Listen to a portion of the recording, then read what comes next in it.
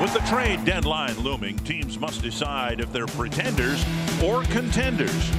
The Twins took a step back after a weekend sweep at the hands of the Royals, but can get things turned around in a hurry with a better series against the Blue Jays.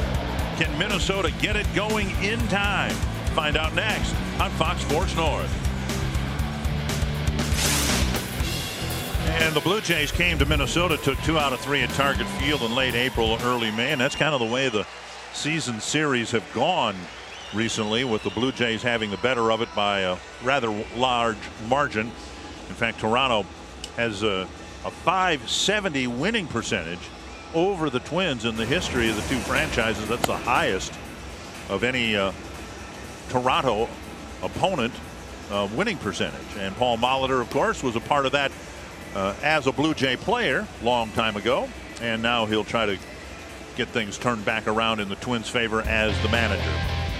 Menard's batting order for the opener: Joe Mauer leading off, Eddie Rosario, then Eduardo Escobar. Brian Dozier dropped down to 4th. Logan Morrison, Jorge Polanco, Max Kepler, Mitch Garver, and Robbie Grossman. The home furniture starting pitcher tonight for the Blue Jays, Luis Santos, a reliever.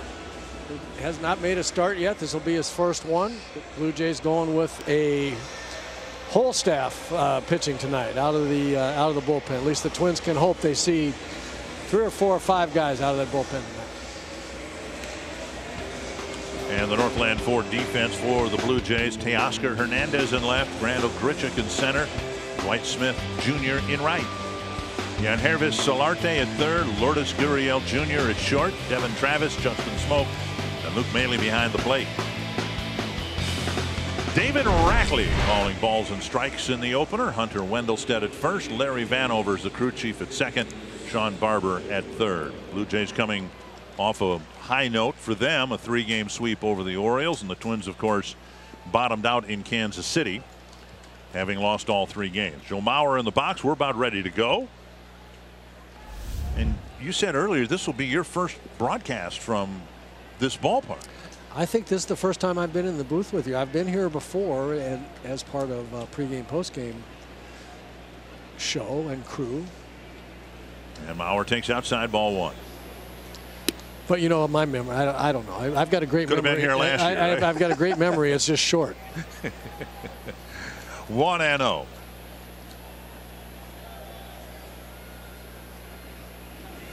That's driven to left and going back to the wall. That ball is hard off the wall.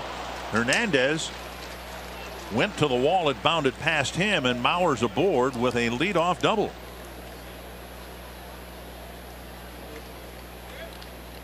So Mauer, as he did, was it Saturday against Kansas City, where he hit the ball hard 4 times, starts the ball game with a ringing double. Good swing by Joe. A little tailing fastball he goes with. Puts a charge in 1. Knocks it off the wall. So he's been swinging the bat well since for 12, 13, 14 games. Had a little hiccup yesterday and now picked up right where he left off. So that's Joe. Doubles hitting machine, a on-base percentage machine. Perfect leadoff hitter. And now Rosario. Saturday, when Mauer led off with a double, 2 pitches later, Rosario lined a single that drove in Mauer, and the Twins thought they were on their way, but then the lineup didn't produce much after that, and they ended up losing game 2 as well. 1-0 to Rosario.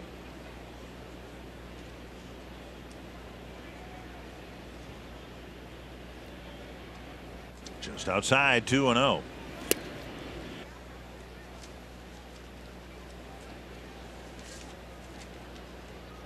Santos is in his first major league start. Twins saw a little bit of him out of the bullpen. In fact, at Target Field last year, Santos gave up a walk-off home run to Byron Buxton at Target Field.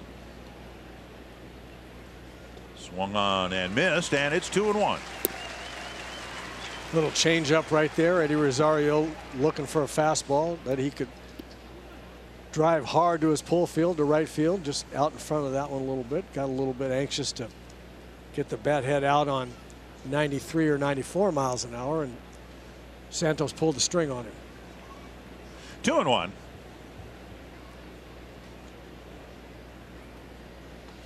Now 2-2. And did it again. Blue Jays were imagining that Marco Estrada might be activated. He's on the disabled list right now and might have been able to step into this spot in the rotation, but they decided to extend his rehab assignment with one more start.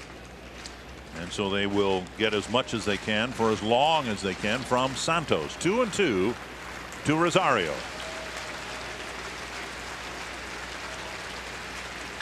Grounded to first. Smoke to the bag. Mauer to third. One away. So a nice job by Eddie Rosario. I don't believe he was up there to just absolutely give himself up and hit the ball to the right side to move Joe Mauer over. Paul Molitor, the manager, of course, for the Twins, will have a sign when it's definitely get him over, or in a lot of cases, Paul will say, hey, we got a guy hit a double. You trade places with him. You hit a double as well. I would suspect that's what Paul was doing against a reliever in the first inning with the Twins struggling to score runs. Not take the bat out of Eddie Rosario's hands right away by forcing him to absolutely get the runner over. But once Eddie got 2 strikes, a nice job of him waiting a little bit longer on that changeup and then just grounding it over to the right side, get Joe over to third. Escobar moving up to third in the batting order. Swung on and missed, getting a fastball. We've seen Escobar hit fourth and Dozier third, but tonight trying to mix things up a little bit. Paul Molitor has Escobar third. Mauer at third with one down. In case you're wondering, the roof is closed here. Threat of some light showers later on tonight. We'll probably keep it closed all night.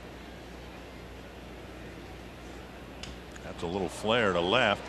And that gets by the left fielder Hernandez and all the way to the wall.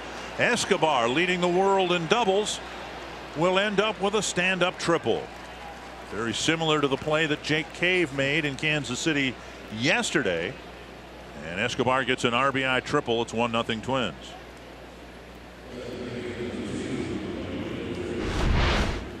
The difference in the plays being this is in the first inning and there's no score. This just means 1 run and possibly 2 early in the game. If he doesn't get to it, he tries to make a circus catch. Just didn't do it. And for those of you unaware, no, that wasn't a vapor trail behind Teoscar Hernandez as he slid into the turf. They have the rubberized granules embedded in the turf here. Infield in now for Brian Dozier. Outside, ball 1. Oh, a double, a triple, and a chance for the Twins to maybe put up a crooked number here in the first inning. I think a hitter's got to love when the infield's playing in.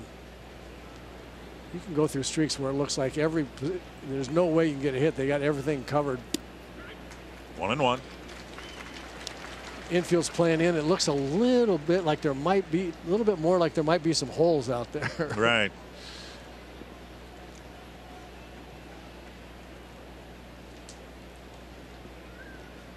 Boy, when you're not swinging the bat well, you can look out there in the field. You come up to the plate, and it looks like there's no place to hit the ball. They got it all covered. They catch everything. Strike 2. The surface here, though not as quick as the original Metrodome surface, it's still pretty quick surface, and that certainly comes into play in the outfield with the high bounces. But I would think too with the infield in, that ball tends to skip on the turf. Absolutely. The original Metrodome turf was lightning. 1-2 to Dozier.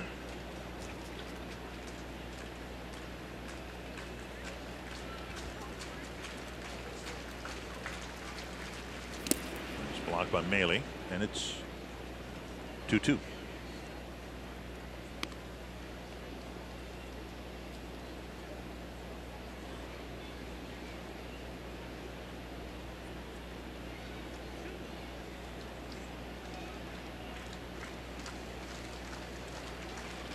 Being at bat here early on, we've seen the Twins get single runs early in games. There's a chance to put up a bigger number right away before your starter even throws a pitch. And Dozier strikes out, 2 away.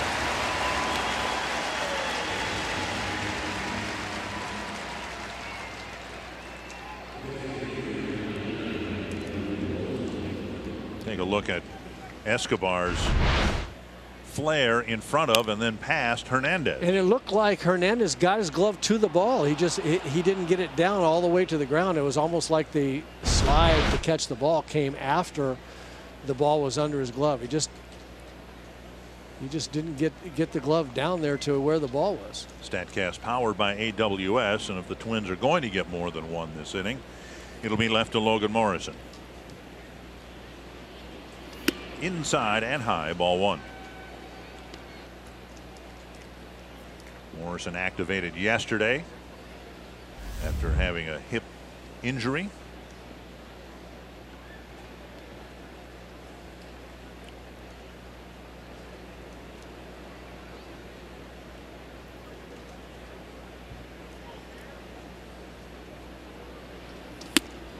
Swung on and missed, and it's 1-1.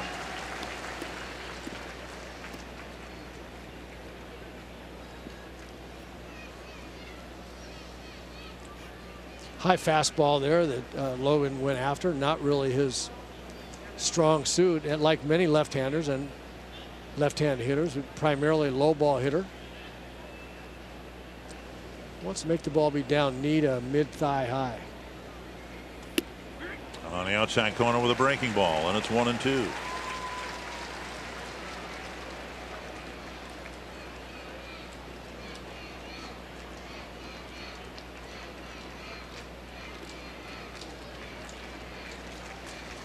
Escobar got to third with one out.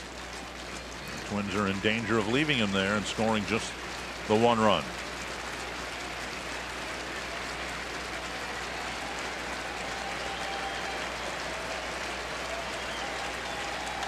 Drilled but foul.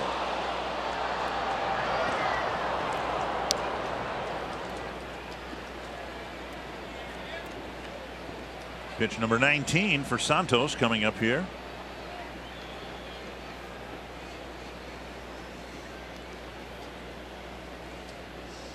Bauer doubled and scored on Escobar's triple. Escobar has the luxury of being able to get and maintain a big lead at third base because Solarte is well off the bag. Just outside, 2-2.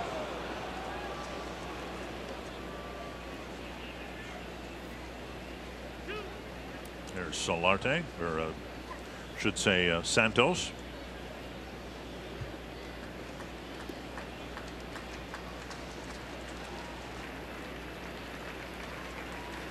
Hoping for a quicker inning than he's already had. This will be pitch number 20.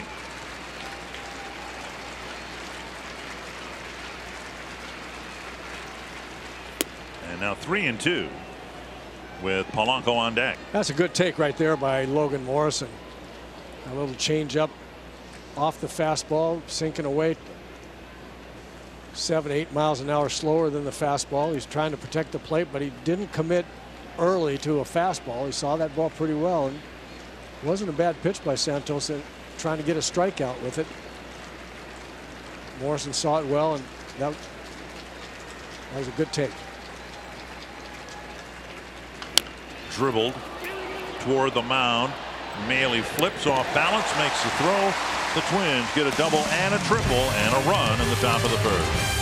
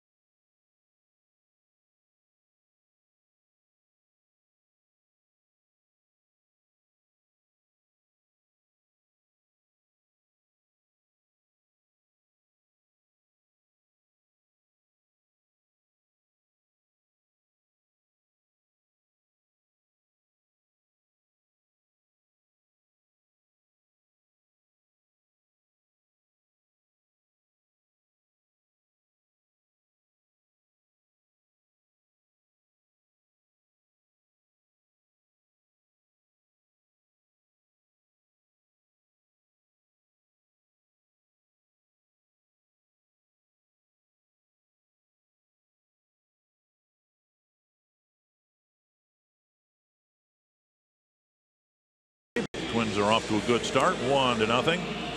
Good baseball man John Gibbons has seen his team, like the Twins, have to forge ahead without some of the veteran players he was counting on, like Josh Donaldson and some others. Here's his Menards batting order in the opener: Grichuk, Gurriel Jr., Justin Smoke, Teoscar Hernandez, Solarte Morales, Devin Travis, Dwight Smith Jr., and Luke Maile. Home furniture starting pitcher for the Twins, Adalberto Mejia. You see his season stats in AAA. Pitched very well down there. It's getting to be time for him to prove he can do it up here. And he'll face Grichuk, Gurriel, and Smoke in the first. First pitch outside, ball 1. Mejia took his regular turn in the rotation for a good part of the second half last year. Just his second start this year up here. And now 2-0. And it's just a 1-run lead, but Twins are glad they gave him a run to work with. Give him hopefully a little reason to relax out there and throw it over, which he has yet to do. Well, as we said in the open, I mean, this is the kind of start to his start that Paul Molitor and the Twins do not want to see. This is the issue that Mejia has had really since he came up. His starts in the big leagues have been characterized by not having good command. Pizza Ranch for the win. Exactly the opposite. Don't try to make him perfect. Throw it over. No swing and a 5-pitch walk puts Grichuk aboard.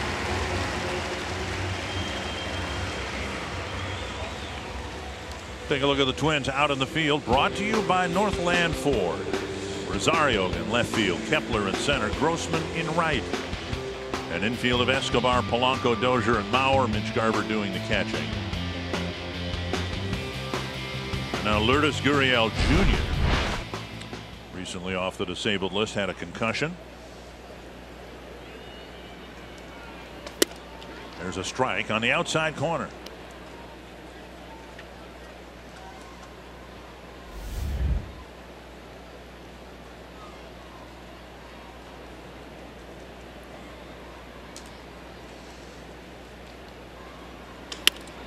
Pop up right center field.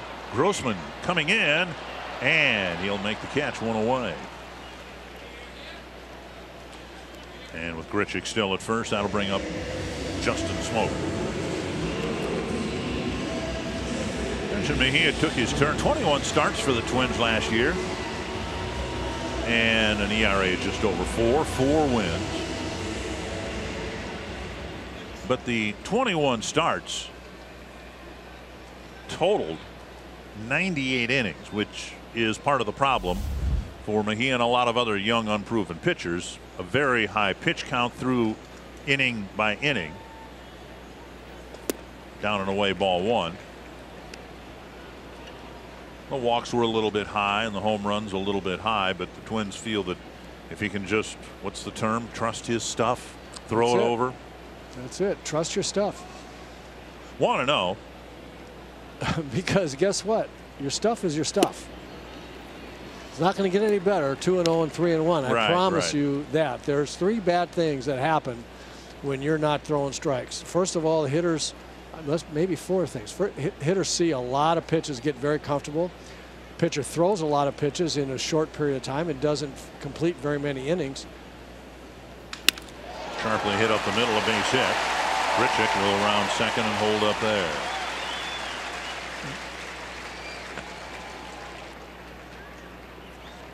Sanford Health Injury Report details some of the issues the Blue Jays have had with their veteran ball players. Kevin Pillar sprained throwing shoulder, and he's going to be out for a while. And Josh Donaldson this year had problems with his shoulder and his left calf, and he's had setbacks, and it doesn't look like he will come back anytime soon. So I mentioned there's 4 things bad that happen when you're not throwing your stuff over the plate. And the third one is that you're walking people and giving guys a lot of base runners, and it only takes 1 or 2 hits rather than 5 or 6 or 7 in your outing to score a lot of runs. And then lastly, of course, you're hitting 2-0 and 3-1, which just makes hitters better. You might as well find out early. I mean, your job as a pitcher, in my view, is to throw your stuff over the plate. You might as well find out early because, as I said, it's find out early in the count. It doesn't get any easier for you. 2-0 and 3-1. High blast to left center field, and that one is deep to the gap and caught by Rosario. Front runner will tag. That ball looked like it was going to leave the ballpark, but Rosario tracked it down for out number 2. It absolutely looked like off the bat it was going out. Good swing by Hernandez. Gets a fastball down the middle. Gets the bat head out in front. He thought it had a chance. Just got under it a little bit. 2 on, 2 out, and Yangervis Solarte.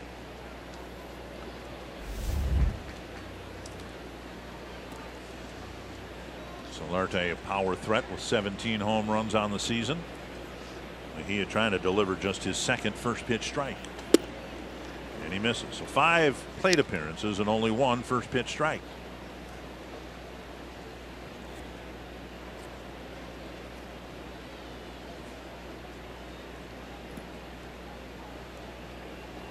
One and 0.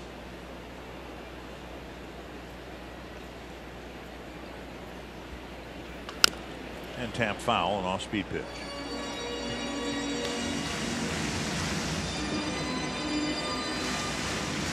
Good numbers at AAA. And he and a lot of other Twins players last year were kind of thrust into a larger role than anticipated with everything that happened to the roster in the second half of the year last year.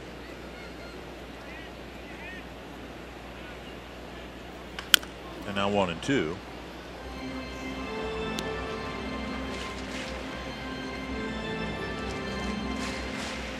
And Mejia enjoyed pitching away from target field more last year than pitching at home. And the road starting includes that fairly short one at Wrigley Field earlier this year. 1 and 2. And the Twins rotation this year, fluid though it's been, has been almost exclusively right-handed. Fernando Romero's come back and forth a little bit. Mejia has the only left-handed start this year. There's another left-hander that might get a look later on this year, Steven Gonsalves, minor league pitcher of the year a couple years ago for the Twins.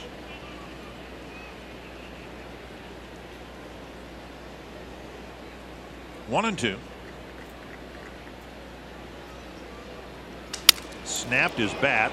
Mauer lost it in the lights, I think. Mejia right where he's supposed to be. And Mejia gets out of the inning despite the leadoff walk, and the Twins have their 1-0 lead.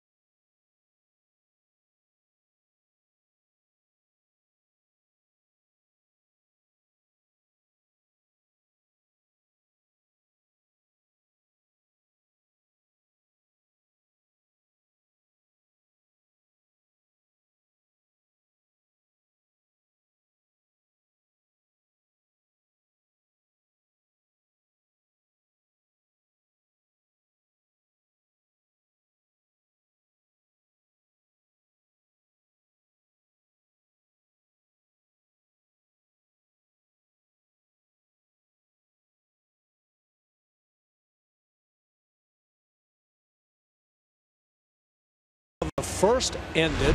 Watch Joe Mauer. Snapped bat, ball right up in the lights. He doesn't panic. He waits until he knows the ball is going to come down. At some point in time, come down out of the lights. He had a little bit of an idea where it was. He waited for it to come down. And Mejia did a nice job of getting over there to give him someone to throw to at first base. So all in all, nice play by both guys.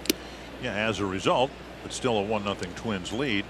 Whether intentionally or not, Joe found the ball digging into the artificial turf and kicking back to him. And now low to Polanco, 2-0. Joe's played on artificial surfaces enough to know, and he got a little glimpse of that ball before it went in the lights. I'm sure he figured he was going to get a nice big hop off the turf. Driven down the line, deep to the foul pole, and foul. Home run distance, but the angle a little bit off. It sounded like he might have cracked his bat.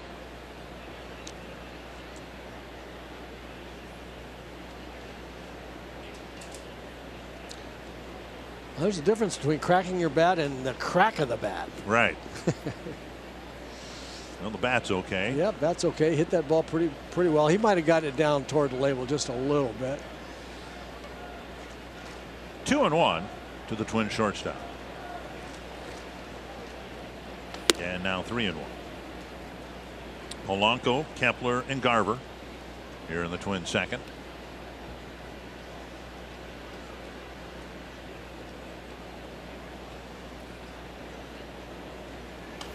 And fouled over the Toronto dugout. Now 3-2.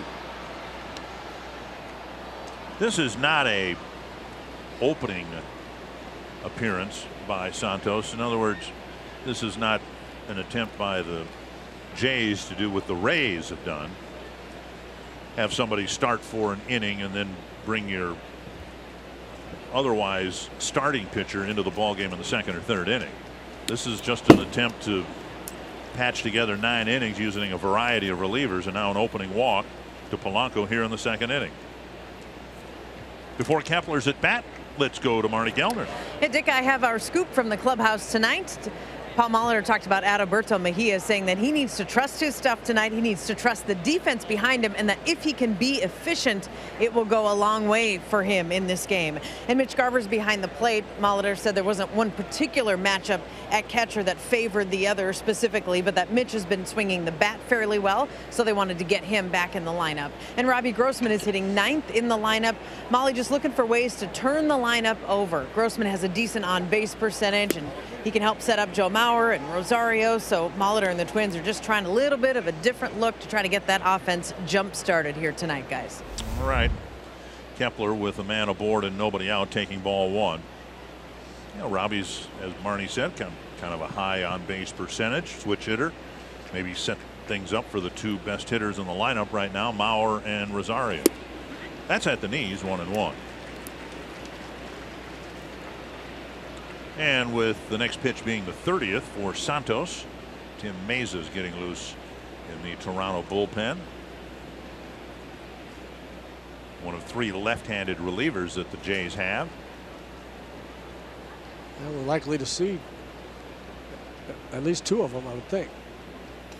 Outside 2-1.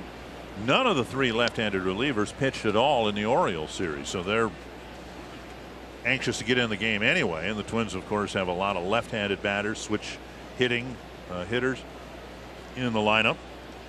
And then Polanco, who's much better hitting left-handed than right-handed so far this year. 2-1. Yeah, it's no secret around the league that the Twins have hit right-handed pitching better than left-handed.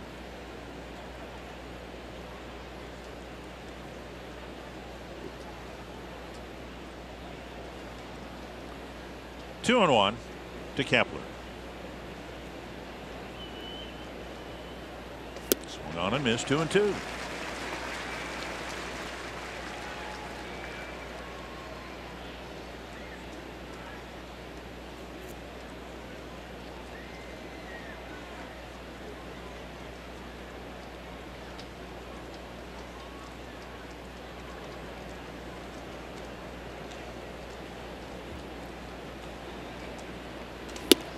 Just outside. Kepler's taken some close pitches in this plate appearance. 3-2. Third consecutive full count for Santos. Pretty good bet. I would think that Polanco would take off from first here. Garver on deck. I think you're right. I think Paul is going to send Polanco. The decision there primarily about do I trust my hitter to put a strike in play and to take the ball and not swing and miss it so you get the walk, and also Polanco runs fairly well. There he goes, and Kepler swings and misses, and the throw in there to get Polanco at second base. So none of it happened. That's the risk. The risk is that your hitter either swings at ball 4 or doesn't put the ball in play. When it's 3-2 and the runner's going, it becomes a hit and run for the hitter, really.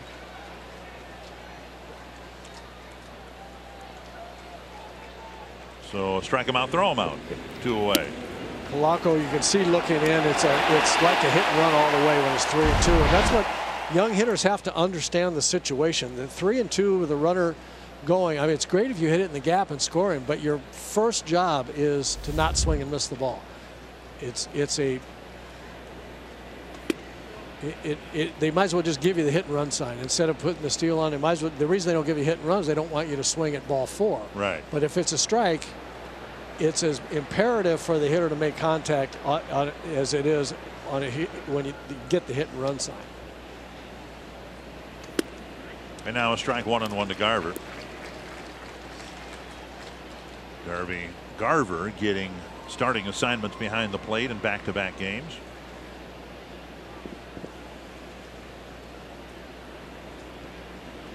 Checked his swing. I think they'll appeal. Night games after day games, a little easier for a catcher than day games after night. We have a night game tomorrow and then a late afternoon game on Wednesday, and then the Twins will go to Boston.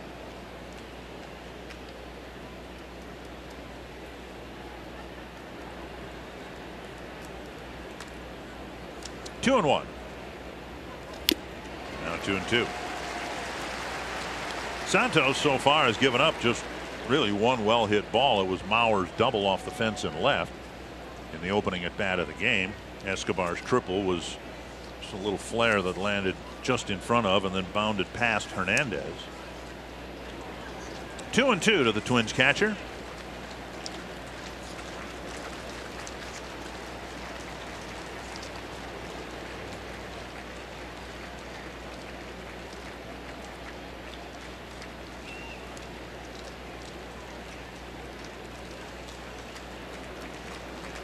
Up the middle. Backhanded stop by Travis. No chance to get Garver. Good play by Devin Travis, but Garver gets an infield hit. Travis making it way closer than I thought it was going to be. I thought as soon as he hit the deck that far behind and on the other side of second base, nice catch, but no chance. Got up throwing and made it a lot closer than I thought it'd be. That's a very athletic play right there. And now the number 9 batter, Robbie Grossman.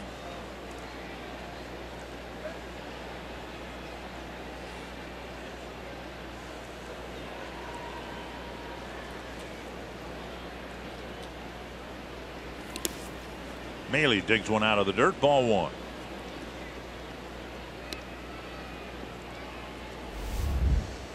In all likelihood, Santos's last man. Pitch count up to 39, and I don't know that John Gibbons would relish Santos facing Joe Mauer a second time, whether he gets Grossman to wrap up the second inning or not. Swung on and missed. 1-1.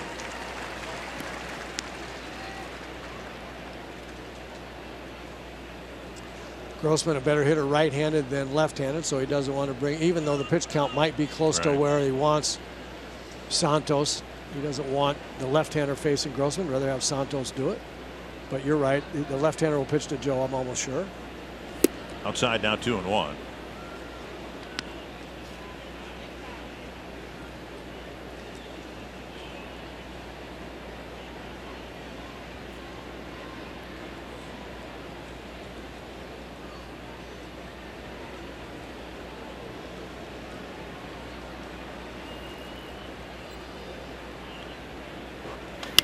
fouled away. 2-2.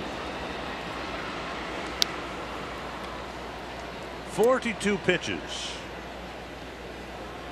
Santos facing his 9th batter.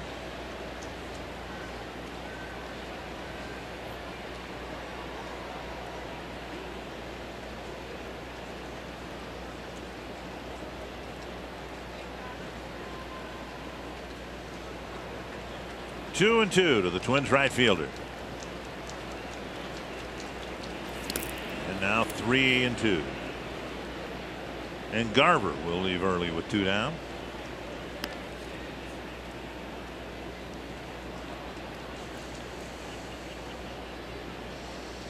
Santos has faced 8 men, retired 4 of them. The strike him out, throw him out. A big play for him here in the 2nd inning.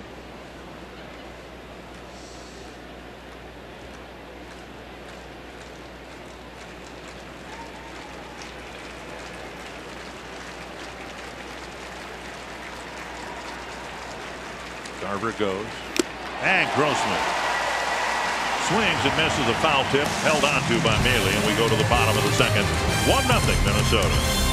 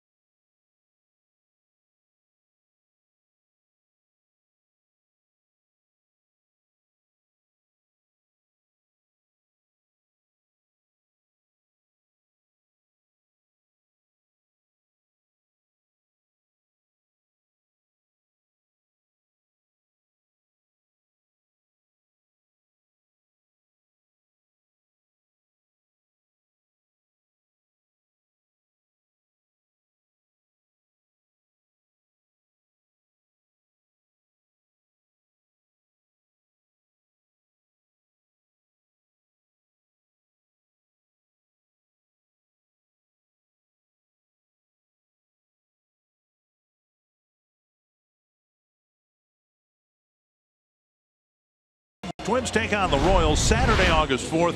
And before the game, Johan Santana will be inducted into the Twins Hall of Fame. The first 10,000 fans in attendance will get a Johan Santana Twins Hall of Fame bobblehead presented by Delta Airlines. You can go to twinsbaseball.com/tickets and learn more. There have been 3 different pitchers who've won the Cy Young Award for the Twins. Jim Perry in 1970, Frank Viola in 1988, and Santana did it in 04 and 06. Jim Perry scheduled to be there for the induction. It'd be nice to see Gentleman Jim. Yes, it will. Kendrys Morales, the designated hitter for the Blue Jays, will lead things off against Mejia. Right center and deep. But Kepler is there, and on 1 pitch, Mejia gets another fly ball out. 1 down, and that'll bring up Devin Travis. 3 fly ball outs of the 4 recorded by Mejia.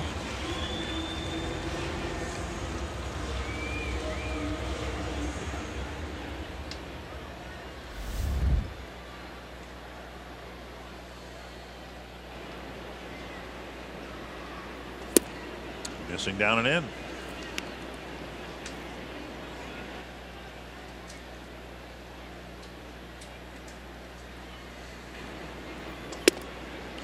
And now up and away. 2-0.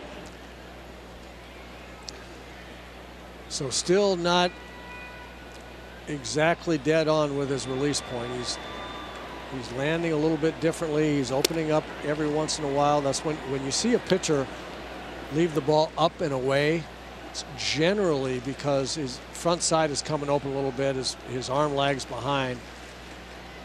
You see that a fair amount. We have seen that a fair amount with Mejia. And into center field, a 1-out single. 22 pitches thrown, a dozen strikes. That strike lined into center for a 1-out base hit.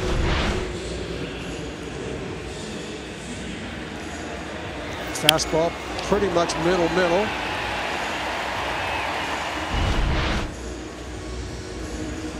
And now Dwight Smith Jr.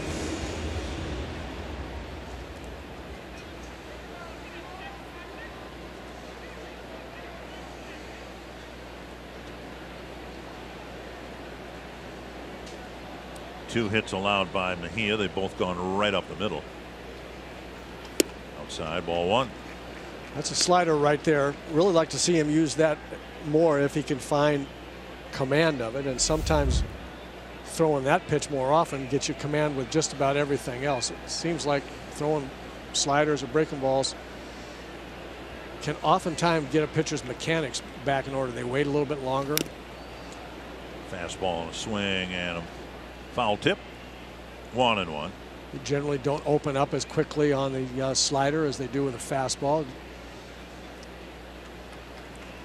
We mentioned that Mejia sometimes either nibbles or tries to be too perfect. I think other times he tries to throw the ball, his fastball harder than he has to. When a pitcher's trying to throw the ball hard, generally, again, much like a hitter, he opens up more quickly, and that leads to the opposite result. Lob to first.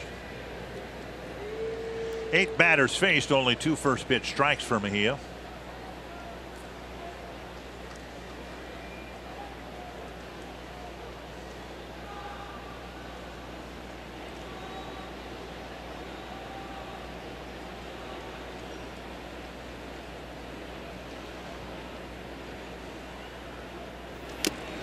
Yeah, swing and a miss. Another foul tip. 1-2.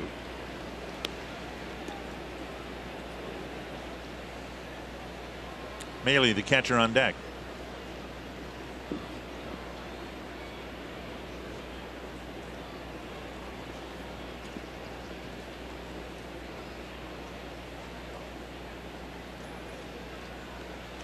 See if you can finish off this left-hander with a good slider here.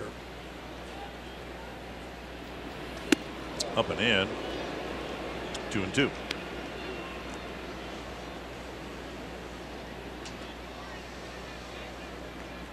Saw Mejia last year just averaged just about a strikeout per inning pitched, but the walks too were a little bit high. It generally is. It goes together, as I was mentioning in the first inning. It's walk a lot and get behind a lot, and that's puts hitters in better counts. Pop up short left, and Escobar calls for it. 2 away, and that'll bring up the number 9 batter.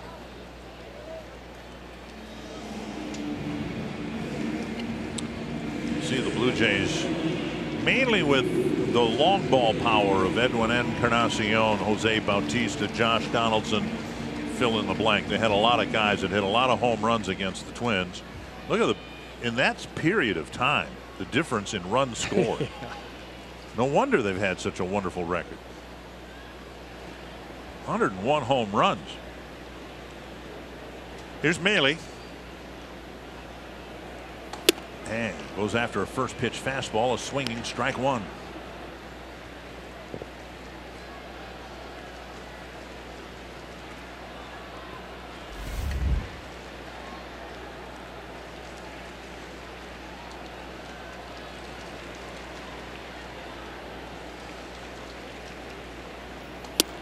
Missing inside.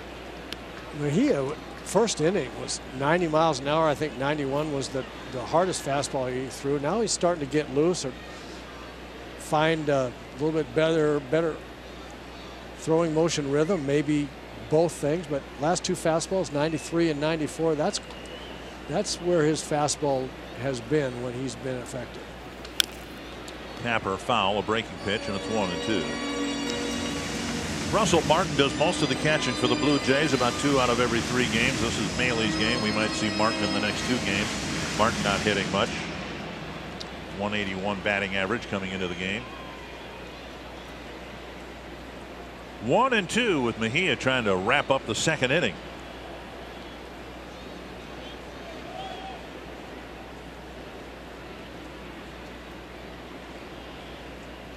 Got him with a high fastball. And Mejia pitches around a 1-out single. We head to the third. 1-0 Twins.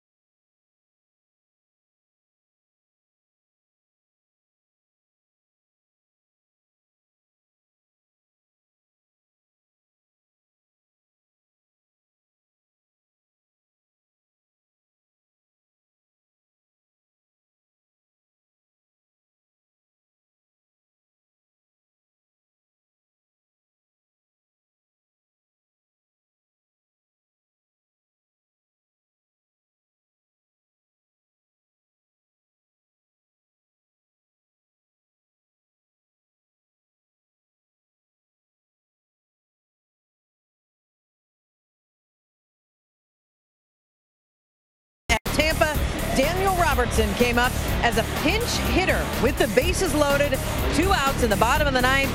That is the first walk-off grand slam in the history of the Rays franchise, and it is the 4th one hit in July across Major League Baseball. That is, Dick and Roy, the most in a single month in MLB history. 4 in July. Never has there been a month with more walk-off grand slams ever in baseball. Curious. Big moment for the Rays and Daniel Robertson. Here the Twins have a 1-0 lead, and the second pitcher the Blue Jays will use left-hander Tim Meza.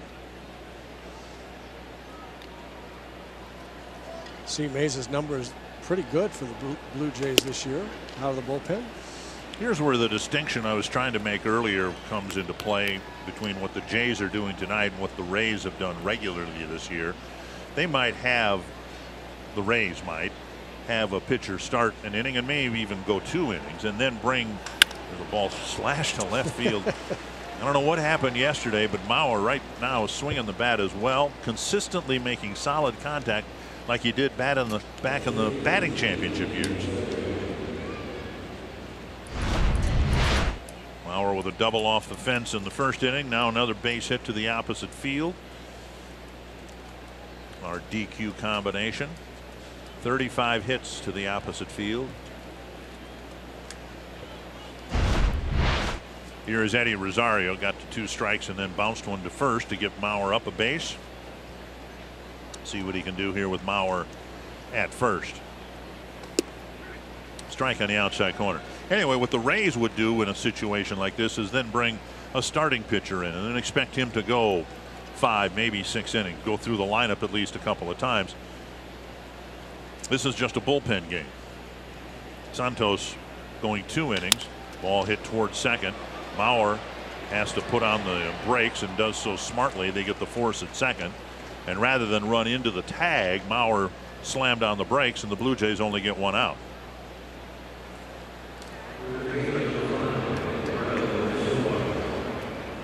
Good base running play by Joe there. I'm kind of surprised that there wasn't even an attempt to throw back to first base. A 2-hopper there. Look, we watch Joe here. Rosario will hit a 2-hopper, actually a 3-hopper. Joe just stops. If he keeps going, the second baseman will run in and tag him. Better chance of getting 2 there. And now Escobar. Outside, ball 1. Mesa will be expected to go no more than 2 innings, and they may pull him after 1 inning. That's what his average has been pitching out of the bullpen. 1-0 to Escobar. Bounced foul, 1-1. Did you ever hit for the cycle? We've talked about this. I know that. I just, you know. Yankee Stadium. It's therapeutic for you to get it out of your system. It's cathartic. If the more I talk about it, the better I'll feel about it. 1-1.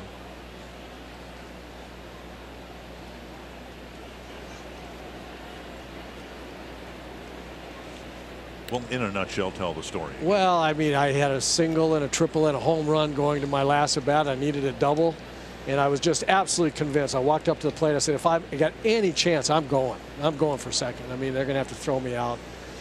And I hit a ball down the right field line at Yankee Stadium, and it was going to be clearly a double. I mean, it was right down the line. I had no problem.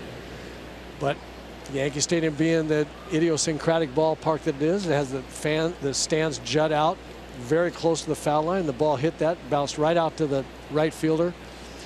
And I'd have been thrown out by 89 feet if I'd have kept going. And if it hadn't hit the wall, I walk into second with the double for the cycle. So hey, that's a big hang with him. Well, Escobar got a triple right away, and we know he can get doubles, and we know he can hit home runs. So we'll see how this plays out here tonight. 2-1, 3-1. With Dozier on deck. 3-1 here, hitting right-handed against a left-hander. This is the time to go ahead and look for a pitch that would be a home run pitch. Not that you're trying to hit a home run, but you get a ball middle of the plate in, right where you want it, get the big end of the bat out, see what happens. And instead, he takes ball 4, first and second, with 1 down for Brian Dozier.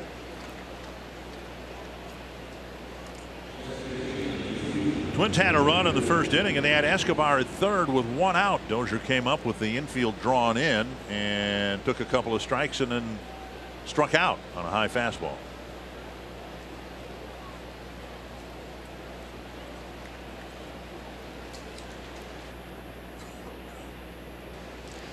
Ordinarily, this would be a great situation for Brian. He has in the past really hit left-handed pitching well.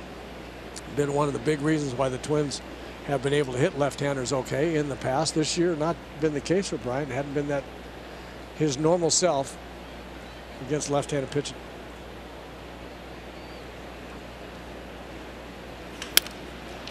Could be 2. And it's safe at first. Hunter Wendelstedt, literally right on top of the bag, called him safe. So it is 1 but not 2, at least as it stands right now, and the inning will continue.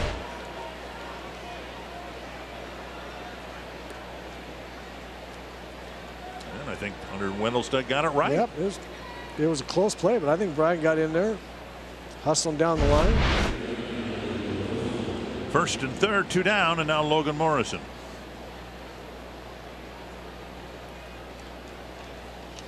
Morrison hit a squibber between the mound and home plate and was thrown out to wrap up the first inning.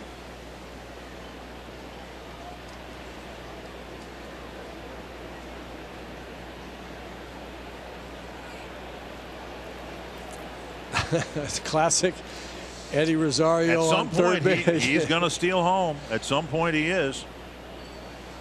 He keeps asking. You see Eddie on third. And big bluff home, trying to get a balk. Almost got one against Chris Archer for the All-Star break. Bailey with a block. But we've already seen the Jays play differently on the left side of the infield in this situation than the Rays did when they had their third baseman almost where a shortstop would normally play. And here they've got Solarte in the vicinity of third base at least. And they can afford to do that, especially right now with Morrison Right. up. He's extremely unlikely to hit a ground ball to the left side of the infield. 1-1.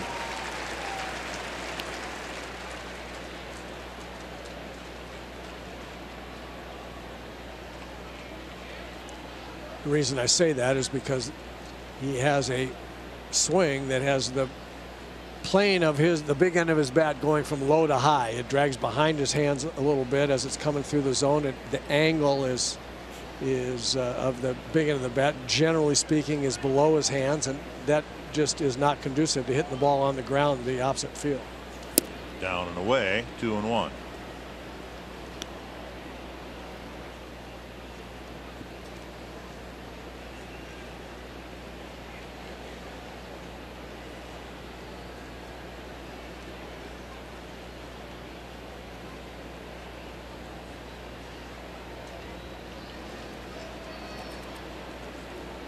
Runner at first goes, and there's a bluff to second, and that's it. Dozier will get a stolen base.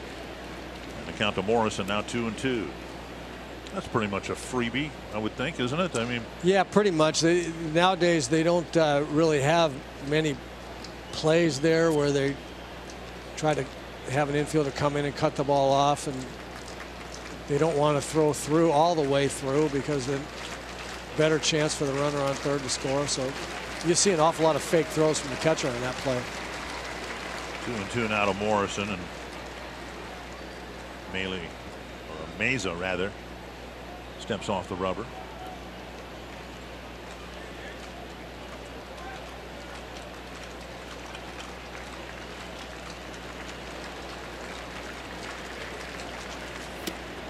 Close pitch, 3-2. First base open and Polanco on deck.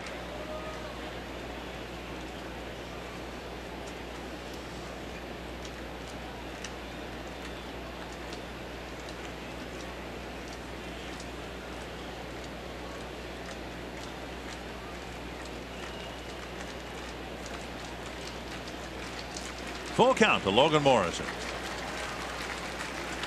That is a base hit to center field. Rosario will score. Dozier coming in behind him. And now Morrison goes to second base on the throw to the plate. A two-run single for Logan Morrison, and it's 3-0. That's an excellent swing, an excellent approach by Logan Morrison against his left-hander. Staying in the middle of the diamond. That's not something that he does with regularity, but with 2 strikes and 2 guys on, he watches the ball longer, hits back through the middle of it. Much better approach at the plate for Logan Morrison. And 2 big runs, 2 big RBIs. And now Polanco walked his first time up as a left-handed batter. From this side of the plate, he has just 1 hit in 23 at bats. Pitches up, ball 1.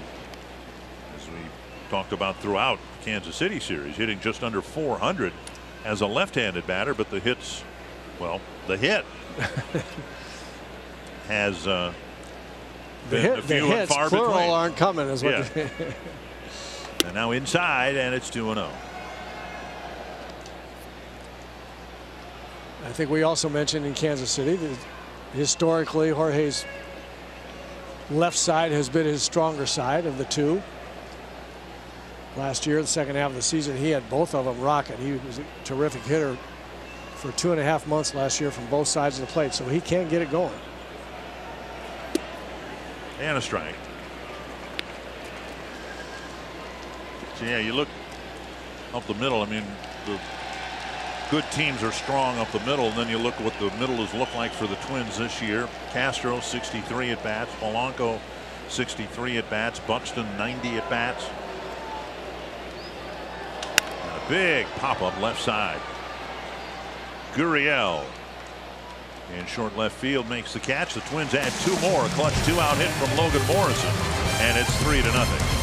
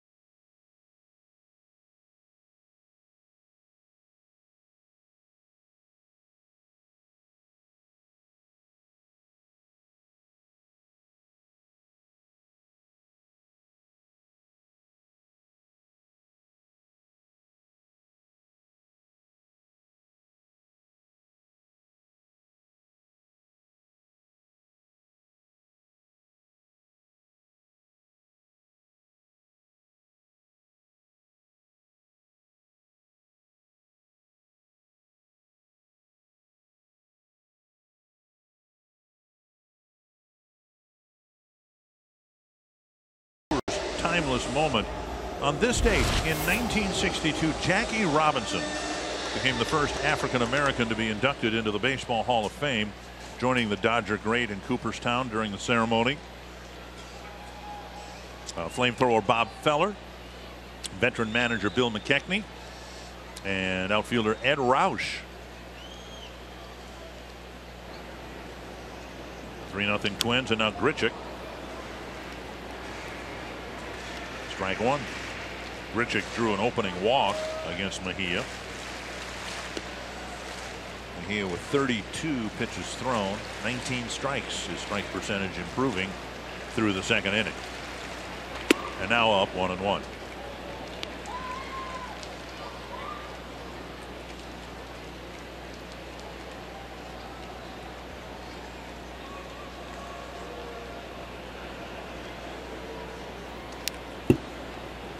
And a foul. 2 base hits allowed by Mejia. They've both been right up the middle. Grichuk with a pull shift because of those numbers. So when you look at that little scattergram there and you see numbers like 10, 12, 15% of the time the ball's hit to the opposite field, why would you play over there? Well, this is basically the same chip Brian Dozier faces. Right. Regularly. 2-2. They're absolutely giving you an opportunity to be a better if nothing else, a better 2-strike hitter when they shift like that. To right center and deep. Kepler tracking it and making a running catch into the fence. He held on to it. Oh, what a catch by Max Kepler. He covered a lot of ground and paid the price at the end.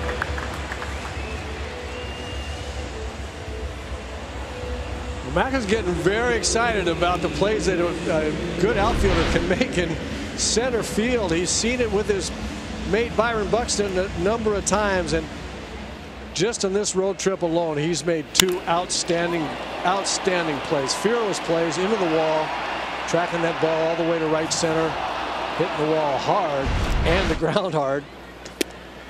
Terrific play. Ball 1 to Gurriel.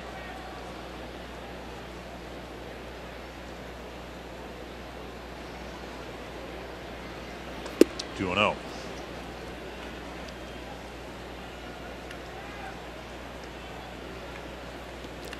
Max is starting to have some fun out there in center field.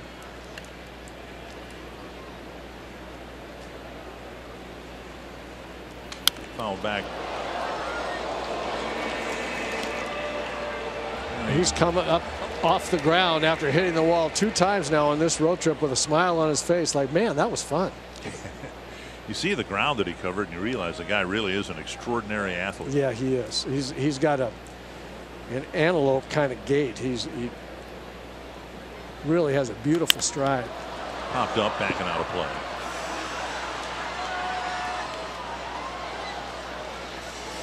And he's done well out there. We've seen Jake Cave play well defensively.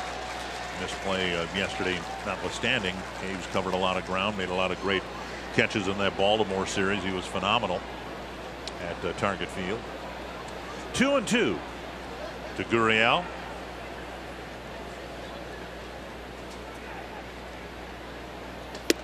Just missed inside. 3-2. So playing just a little shaded pull from center field, has to track it all the way to right center, leap and make the catch as he's about to hit the wall. The thing about outfielders making those plays, this one not coming back. You can't jump the catch out. A home run to left off the bat of Gurriel, and it's 3-1.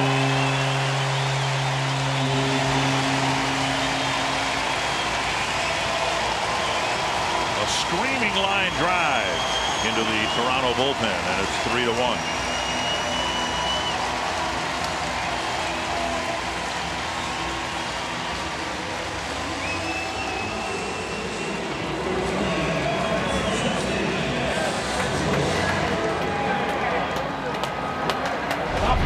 Well, he just saw a lot of fastballs in this at bat and then got a high one. if you can have the kind of swing where it's not low to high, where you're not worried about launch angle, but you can get on top of a high fastball, that ball will go out. It's already up there in the strike zone. The ball goes out pretty readily. So many guys can't handle the ball up there. But if you can, it sure looks like Gurriel can. That high fastball goes over the fence, as I say, very readily. 2 strikes to Smoke. A single to center his first time up, and now a base hit to left. Second time through the order, and everyone's hit the ball hard against Mejia. Grichuk's drive to the gap in right center, caught by Kepler. The line drive home run by Gurriel. Now a sharp single by Smoke. And that'll bring up Teoscar Hernandez. Hernandez hit the ball hard his first time up, driving going to the gap in left center, and Rosario made a catch on the warning track. Garver uses a trip to the mound to talk over matters with Mejia.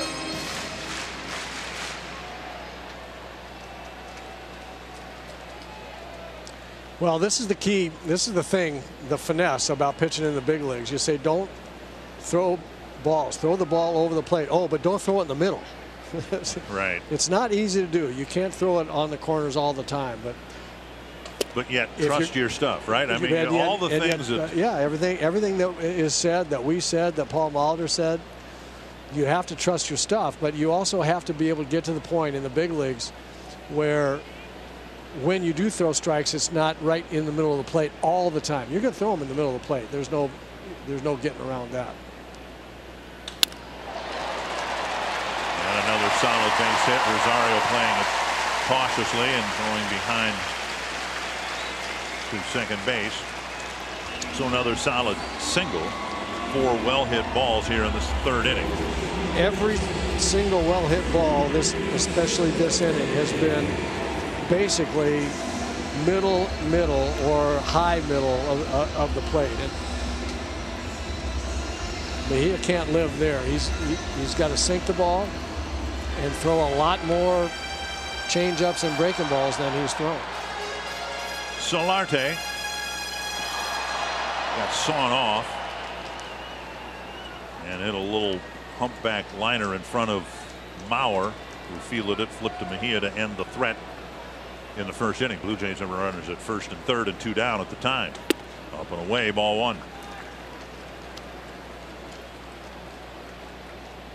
Well, the Twins have just given Mejia a 3-run lead, and the Jays have answered with 1 back anyway, and now first and second, still only 1 out.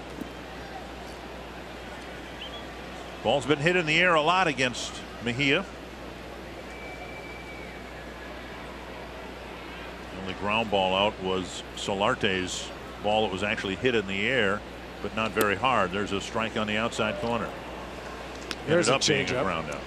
Change-up in a fastball count right there. Good pitch, good call by Mitch Garver. Something different. Change-up's pretty good. We said he's got 3 pitches that are really pretty good, but you got to use them all. Off the end of the bat foul, and it's 1-2.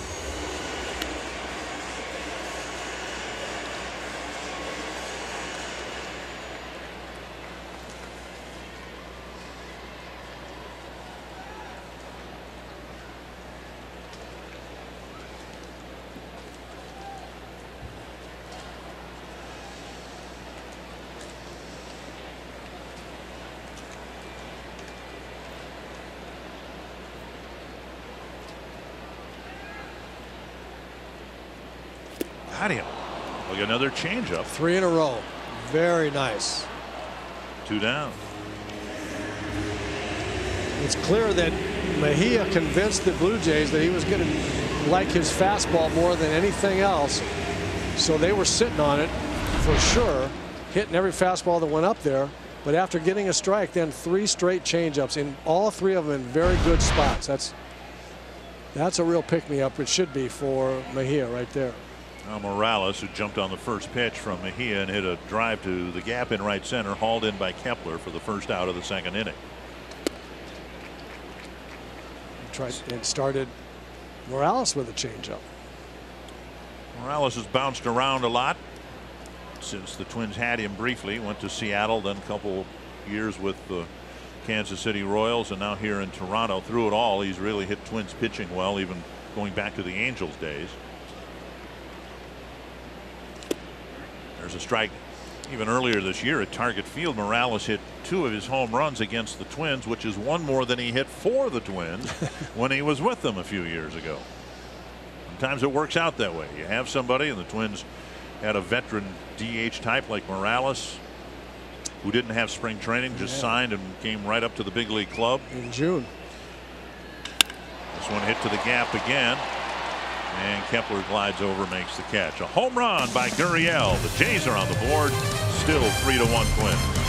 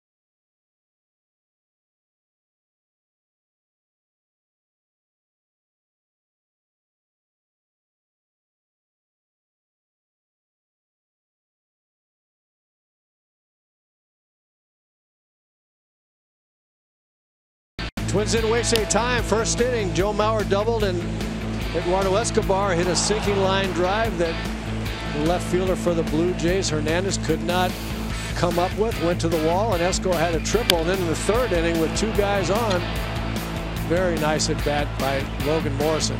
Base hit up the middle with 2 strikes, driving in 2 runs. Blue Jays would answer back in the bottom of that inning with Gurriel hitting a bomb to left field, hit a rocket line drive. That counted for the scoring so far. We're in the top of the 4th. It's 3-1. And Max Kepler will lead off the Twins' 4th. Strikeout victim his first time up.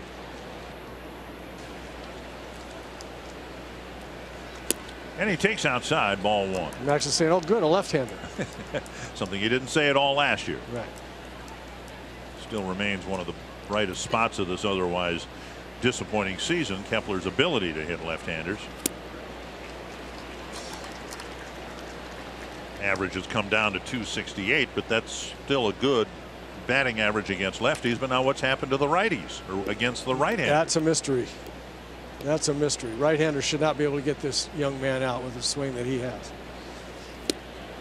Pulled the string, a swinging miss, and it's 1-2. I believe he'll put the 2 of them together at some point. Maybe the second half, maybe it'll be next year. I do believe that he will put those 2 things together. And that's over the pretty inside pitch, corner. Yep. 1 down in the 4th, and now Mitch Garver. Join Fox Sports North at the next viewing party tomorrow, beginning at 5:30 p.m. at Sunshine Factory Bar and Grill in Plymouth. You can watch the Twins take on the Blue Jays. Enjoy drink specials, register for tickets and prizes and more. Visit foxsportsnorth.com/events for details. 1 down here in the 4th, and Garver, who singled his first time up.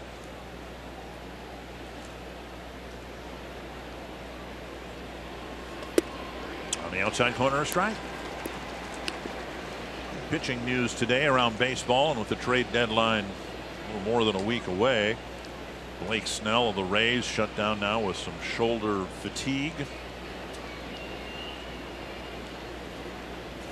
The big news out of Milwaukee, Brent Suter is going to need Tommy John surgery. Second time he was put on the disabled list with forearm tightness, and they've diagnosed a UCL tear.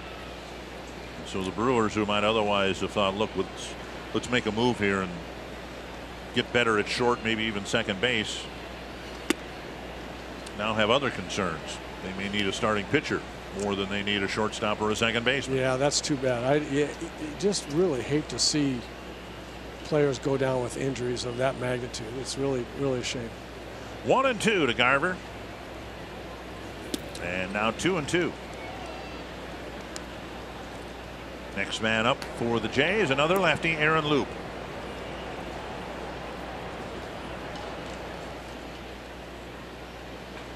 Two and two to Garver. Towards right field and into right field for a base hit. So Garver continues to pick up hits in multiples. He's already got 2 hits here tonight. Nice little 2-strike approach for Garver as well, hitting the ball the other way. See, that's what I was trying to get at yesterday in talking about Garver. We've seen that from him, just toning things down a little bit with 2 strikes. Real short, compact swing. Yep. And what I started to get at is when they shift you, like they're shifting people now, and they shift to the pull field, and they stay there pretty much against everybody with 2 strikes. They're giving you the opportunity, even if you don't want to try to beat the shift early in the count, say, look, I'm an extra base hitter. I can hit doubles and home runs. I'm hit it over the shift. They're not going to take my game away from me. Okay, all right. I can be talked into that depending on the situation in the game. But if they're still going to give you that much room with 2 strikes, then choke up on the bat and wait a long time. It'll make you better on breaking balls. It'll make you better on a lot of pitches. And you can, if you wait a long time and see it better, when you do get a base hit, it's going to be headed toward the opposite field, and there's nobody over there. So even at least with 2 strikes, right, do something a little different. Even if you don't want to do it, even if you don't want to try to beat the shift. And I'm not trying to say with 2 strikes you got to hit everything to the opposite field, but boy, when you have that much room, you've got so much margin for error, because if you get beat on a fastball, it's going to go to your opposite field, and there's nobody over there, so you can afford to wait. And Grossman shoots one hard to right field with 2 strikes. And runners at first and second, and 1 down. Hey, maybe we got a concept here.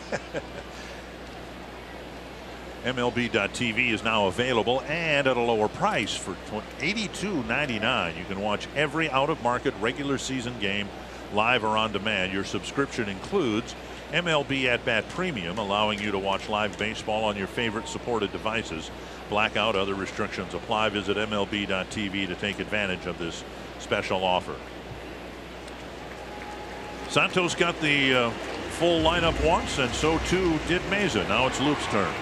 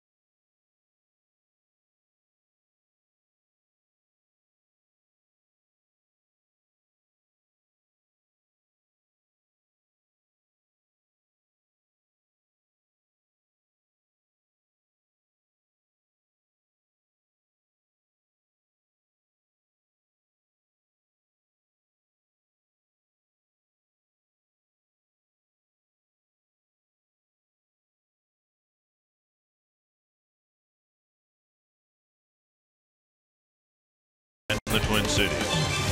by Grand Casino. The best stories start here. And by Wisconsin Dells, the water park capital of the world. Twins trying to add some more runs here in the fourth inning, leading 3-1, first and second, one down. Then lefty Aaron Loup comes in to face Joe Mauer, who already has a double and a single tonight. Both hits going to the opposite field.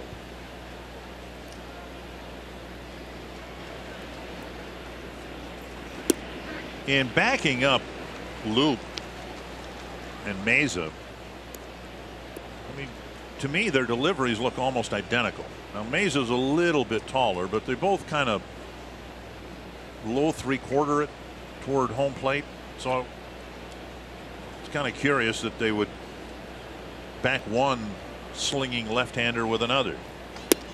And strike one, strike two to Mauer. Well, I think it has to do with the fact that the Twins are left-handed heavy in their lineup, and the switch hitters turn around and don't swing the bat as well right-handed against as they do left-handed. So that's one reason why they would make this switch right now. Is I guess because Joe got a hit off the other guy. Try this guy.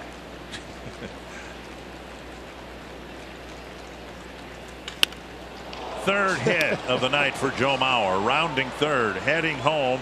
Garver will score, and Mauer took strike one, he took strike two, and then he put the barrel on it again.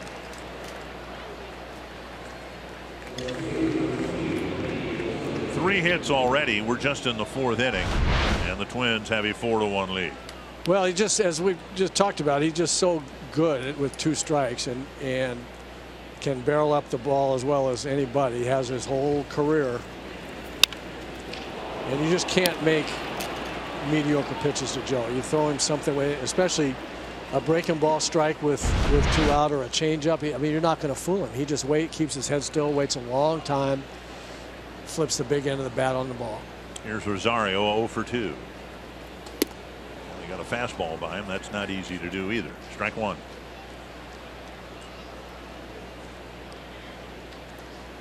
Rosario with a couple of ground balls, pulled to the right side.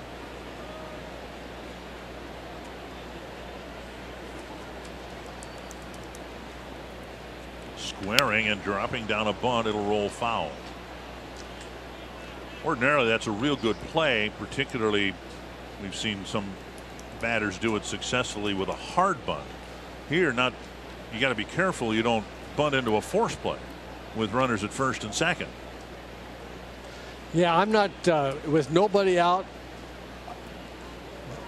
Eddie bunting there, not bad. With one out, as well as he swung the bat, I don't like that play much. 2 strikes. I want him to drive these runs in. And he waves at strike 3. 2 down. That'll bring up Escobar.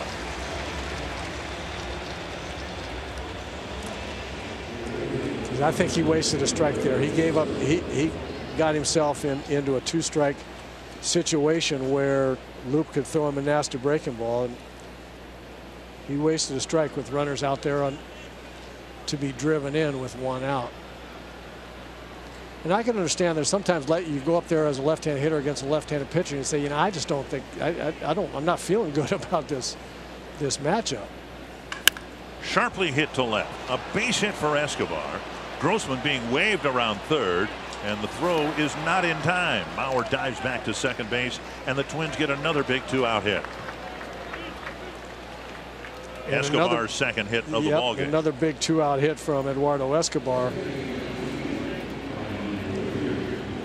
who seemingly hasn't been swinging the bat very well, unless there's a runner in scoring position here since the break. And when there's a runner in scoring position, he's been very good.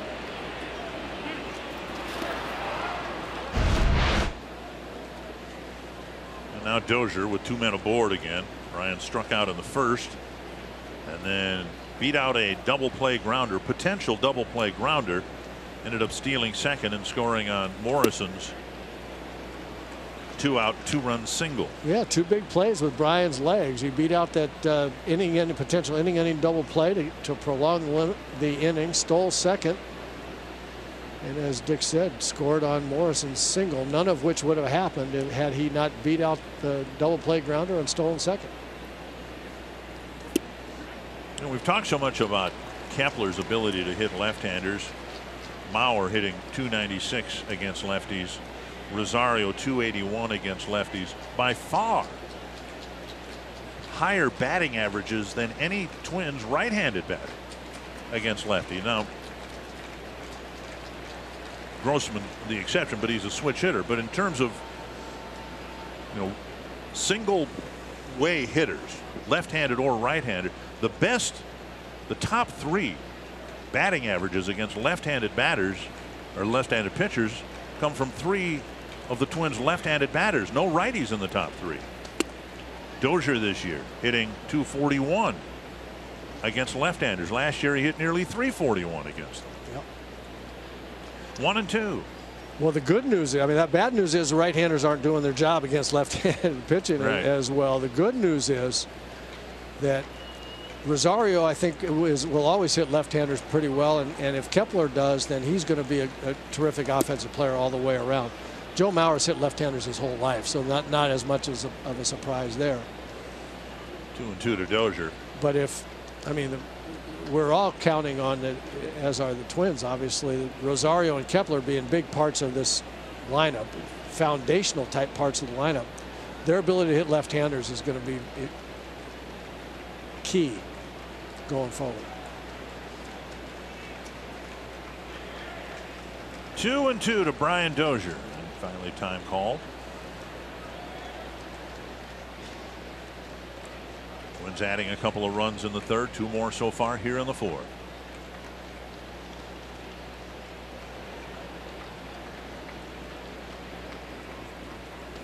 Inside and got him. And a strikeout, leaving 2 men aboard. It's 5-1 Twins.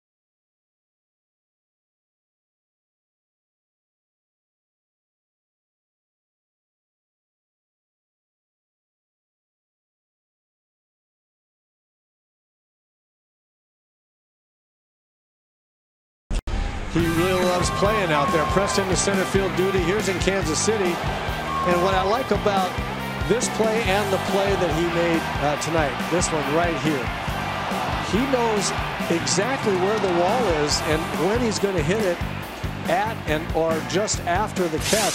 And that's not easy to do when you're moving around the outfield and you make those catches in ballparks that aren't your home ballpark. But he made those plays like a veteran center fielder that knows the position and knows the ballparks he was playing in. Just 2 excellent plays. 1-0 to Devin Travis, then Dwight Smith Jr. and Luke Maile.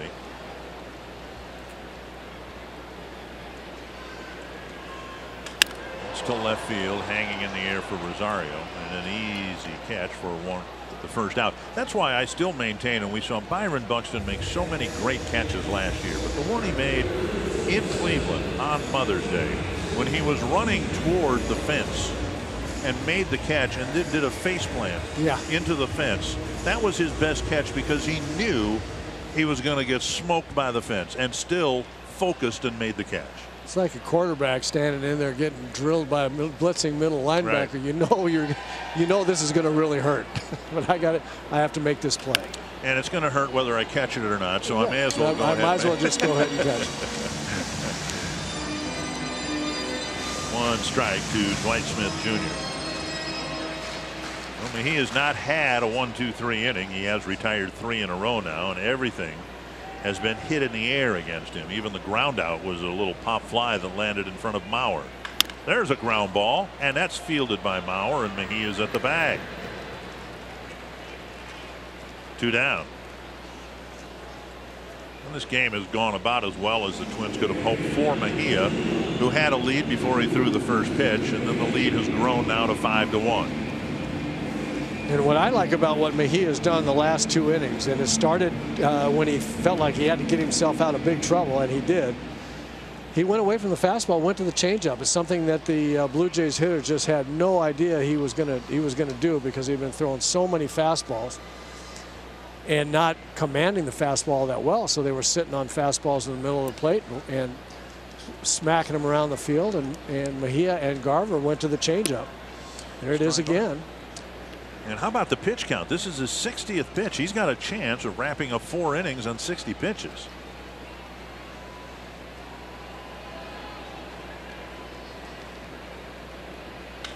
Fly ball right field. I want to say that he's thrown, if not 7 changeups in a row in the last 2 innings, 6 out of 7 or 8. Good job.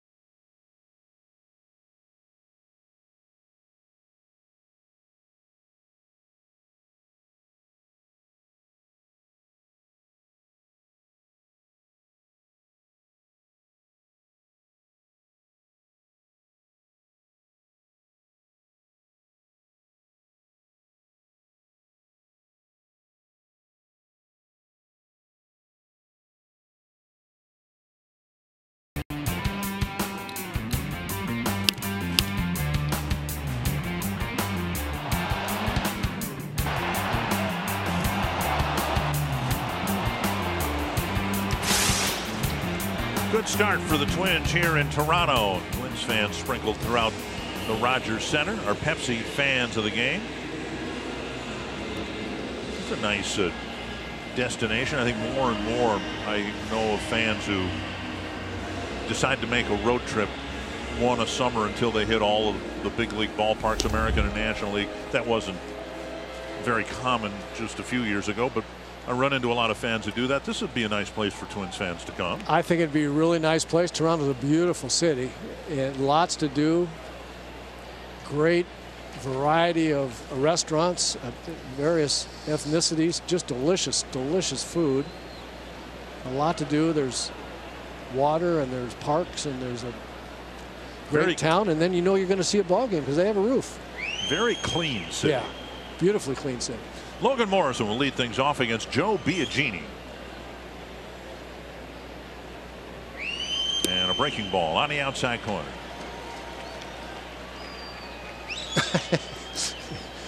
I don't know if Logan Morrison didn't like that call. I saw the rolling of his eyes, look on his face. I don't know if he didn't like the call or whether he would be like I would be You know, I haven't seen this guy much, and he drops a curveball over. I haven't seen his fastball, and I'm already 0-1.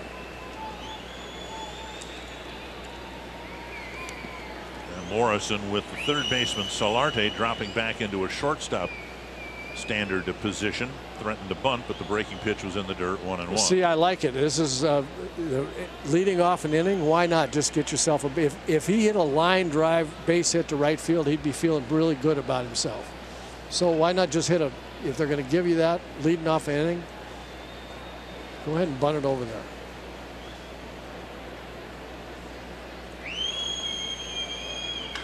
And a blast to center field. Well, that's what he wants to do. Going back is Grichuk. And gone. A home run for Logan Morrison. 3 runs batted in for Morrison, and the lead grows to 6-1. And I hope he takes note of where he's driven in those 3 runs. A bullet line drive to center field with 2 strikes, and then a long home run to just right of straightaway center. He is a big, strong man, and the more he stays in the center of the diamond, the faster the big end of his bat gets. Watch this swing. The big end, boy, the big end came right with his hands right there. Boom. No drag, very little drag in that swing right there. So many times when you're trying to pull the ball, you leave the big end of the bat behind you and you just can't get around. Another one in the dirt, this time to Polanco, 1-0. 4th pitcher used by the Blue Jays. They've only recorded 12 outs. And Morrison with one of his better nights as a Twin. 2-run single with 2 outs, and then the long home run opening the 5th. 2-0.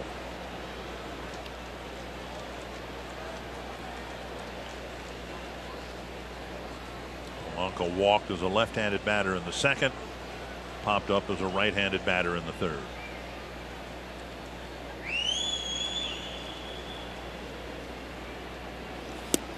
On the outside corner, a fastball, and it's 2-1.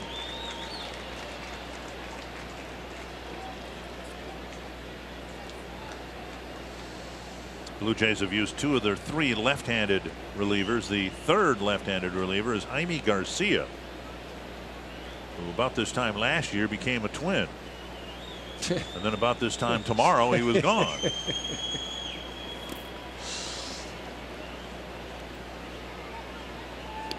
3-1.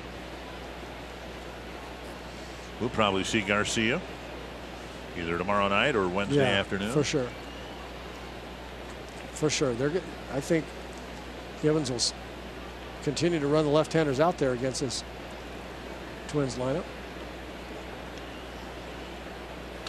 And Polanco swinging away, tapping it foul, 3-2. 6th full count for the Jays pitchers.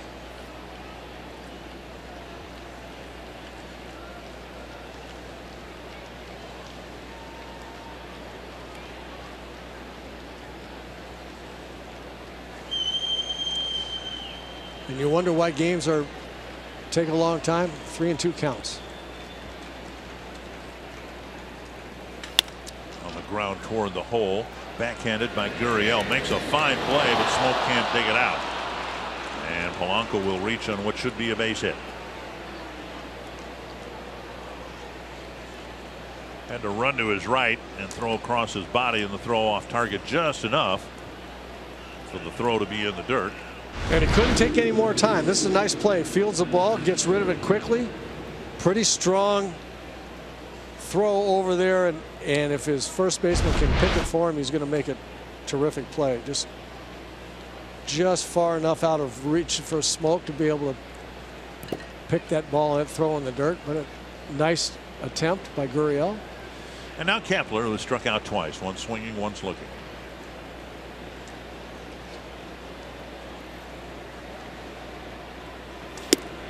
Fastball on the outside corner.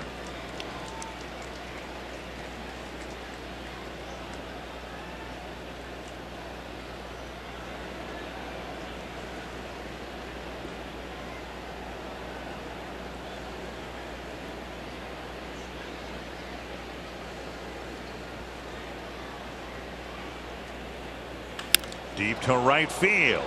Smith going back. Gone. A home run for Kepler. Hit a home run in his last at bat yesterday. And a 2-run shot here in the 5th. And the Twins have already jumped on Biagini for 3. Another terrific swing. This time by Max Kepler. Breaking ball, slow breaking ball. It's a great swing for either one of 2 reasons. One, because he was looking for it and he waited really well. Or just because he saw it early. Look how smooth and steady. He just glides out there, puts a charge in one. It looked like he was looking for it. He may not be. He may not have looked for it. He may have just seen it well, just slowed down his approach with his legs, and then drilled the ball with his hands. Hey, that was the old Justin Morneau, puff out the cheeks and swing as hard as you can. And get your eyes very big. Like silver dollars, yeah, yep. Absolutely. When they hang like that. 8-1 Twins. Garver's had a couple of singles. Up there now with 1 strike. You can generally tell when a hitter is looking for something off speed because his body slows down. You have to be a little faster with your legs on a fastball. Now deep down the left field line off the bat of Garver, and that ball one-hops the fence. Garver has his 3rd hit tonight. It's a stand-up double. Still nobody out here in the 5th. Twins battering Joe Biagini, and now let's go to Marty Gellner. Guys, I was talking with Twins hitting coach James Rowson before the game about Max Kepler in particular, because he's now reached base in 15 consecutive games. And Rowson said that's kind of a byproduct of trying to do the right thing consistently at the plate, finding the right process, and that Max has learned that he needs to have an aggressive mindset. Rowson said that Kepler really makes good decisions based in that aggressive thought process. Certainly looked aggressive on that home run swing he had there. And then Rowson said he's just growing as a hitter and becoming a complete hitter. Part of that process is reaching base, which Max has now done 15 consecutive times.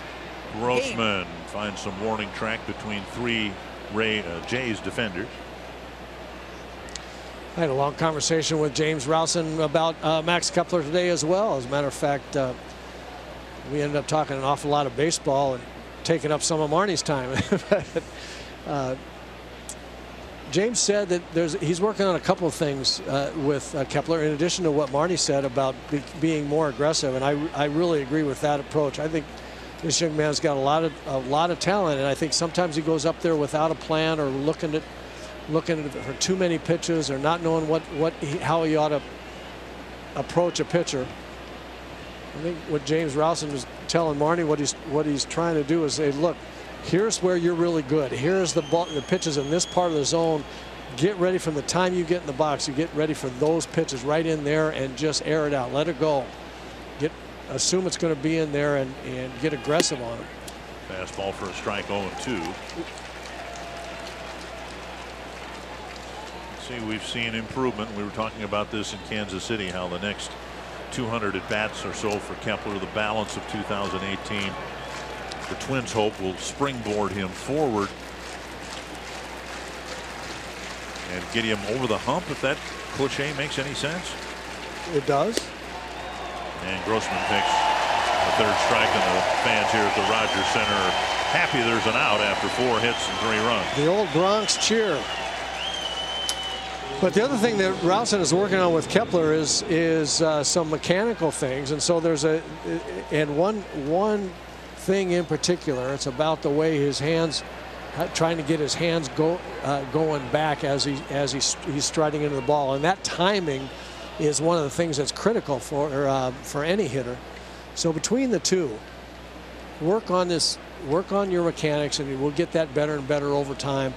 But use your talent, be aggressive, go up there and take charge of that batter's box. And I think the combination of those 2 things. So watch here as he strides, watch his hands go back. That's what they're trying to get him to do, and that's why he could time that breaking ball.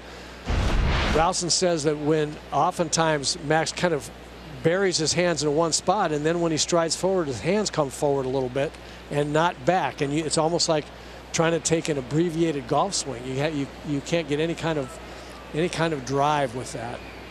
That was beautiful. That was 1-1 now to Maurer. That was really, really pretty. I mean, the perfect example of what James Rowson is talking about. In the old days, the old timers used to call that walking away from your hands. As you stride in to establish your base from which you're going to hit, your hands go back into the launch position, and then you see the ball and throw the big end of the bat at it. So let's look at it again. Watch as Max starts to stride into the ball. Now watch as he starts to stride into the ball. He strides and his hands go back. So when he lands, look at the launch position he's in. Now he can throw everything right at the ball all at one time. That's beautiful. It's exactly what his hitting coach is trying to get him to do more consistently. And now it's 2-2 to Maurer, who already has 3 solid hits in the ball game.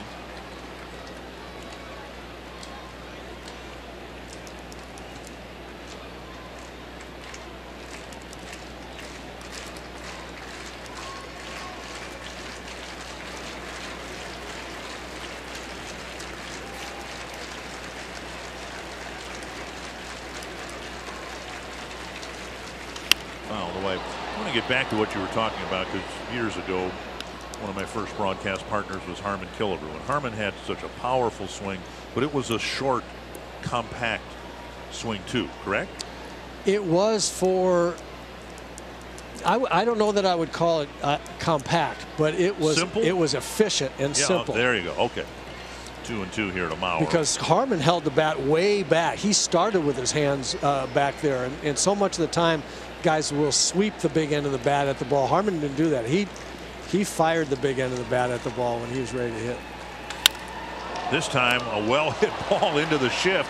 That's the only thing that kept Maurer from his 4th hit. A rocket may have hit the mound, and going to third base is Garver. Maurer finally retired 2 away.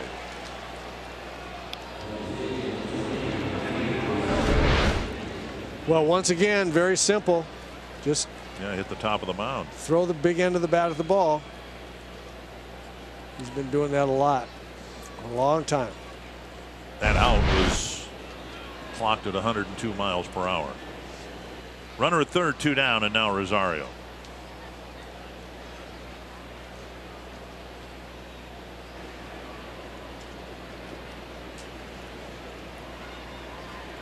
The way Harmon explained it to me when I was working with him, and he would push his hands away from his body.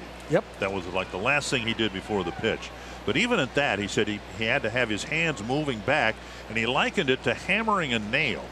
For those of you who have a hammer and a nail, you don't start up high. You bring your hand back and then snap it down. And that's the way Harmon explained it to me, and as simple-minded as I am, that made sense to me. Well, it should make sense to a complicated mind as well. It makes perfect sense. I mean, I likened it to a golf swing, and if you don't complete your backswing, you're not you're not going to have any kind of power, and you get your body and going in all different kinds of directions. You have to have the rhythm of a back and then forward at whatever it is you're trying to hit, whether it's a baseball or a golf ball or a nail. 2-1 now to Rosario. We saw Jake Petrichka warming up. Good to see him on the mound again. He's had so many injury issues the last couple of years. Rosario looking for his first hit. Twins have 13 of them.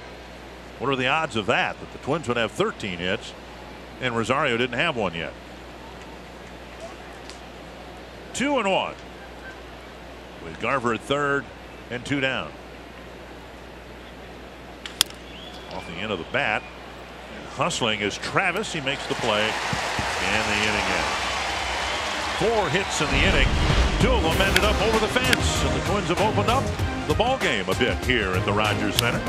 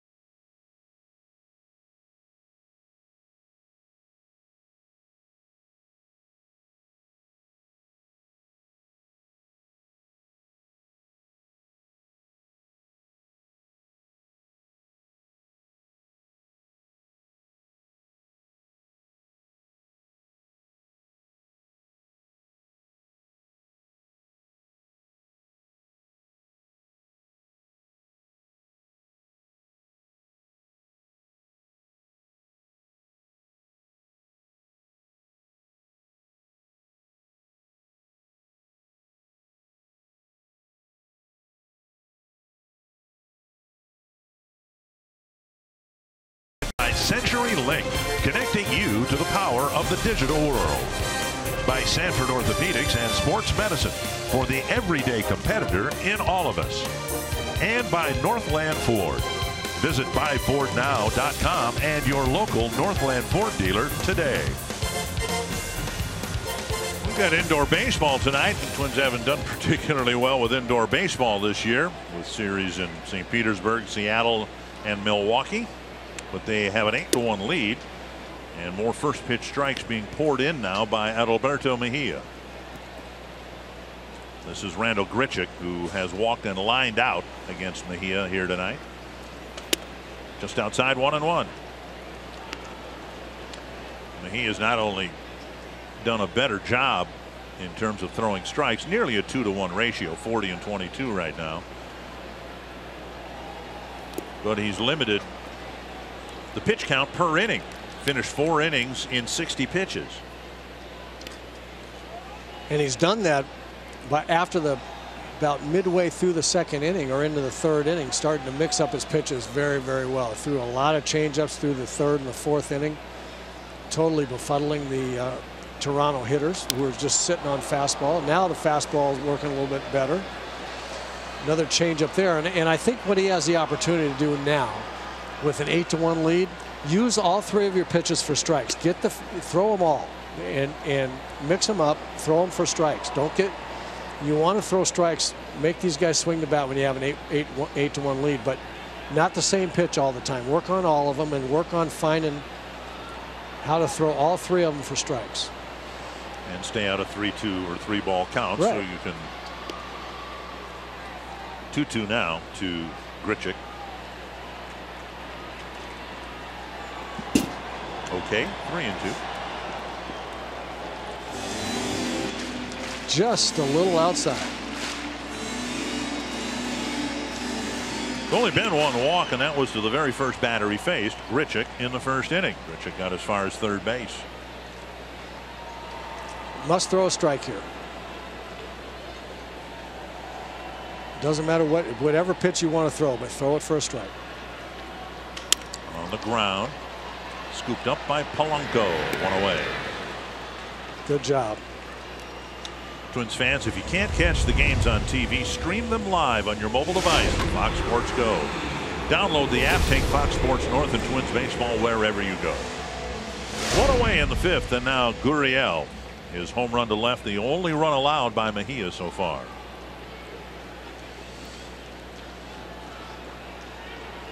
Blue Jays pretty excited about Gurriel's future at short. Oh, I really like this kid a lot. Guerrero at third down the road, maybe as soon as next year. They are in transition. And where the Royals are in transition, and they're hoping that some of these young guys for the Royals will develop, and the Blue Jays are pretty convinced that they're going to have a left side of the infield with Gurriel and Guerrero for many years to come. 2-0. Troy Tulowitzki, Josh Donaldson, for all the Jays know, they may have played their last for Toronto. 3-0 now to Gurriel. See if Mejia can come all the way back. Travis at second base looks like a pretty good player for them as well. Most people think that the Blue Jays will be active in the remaining 8 days before the trade deadline. That's a 4-pitch walk right after Grichuk was retired on the ground ball with a 3-ball count. Second walk issued by Mejia, and that'll bring up Smoke.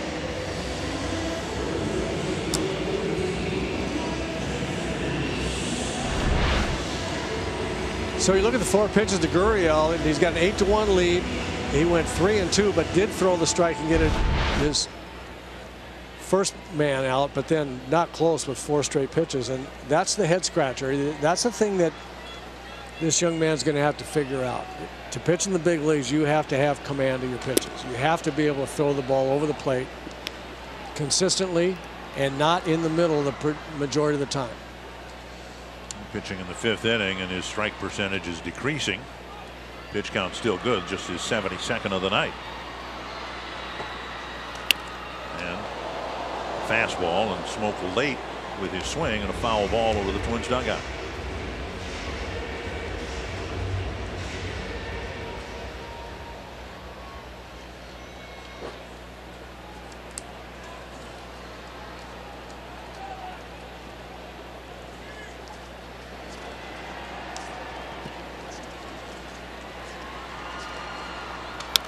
With the exception of a couple of strikeouts and a couple of groundouts, all the outs have been through the air. Smoke has 2 singles. Twins out hitting the Blue Jays 13-5.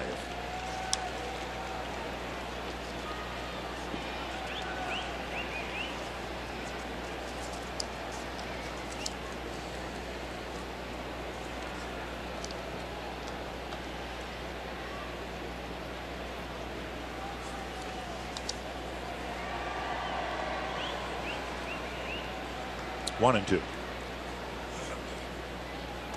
Up and in.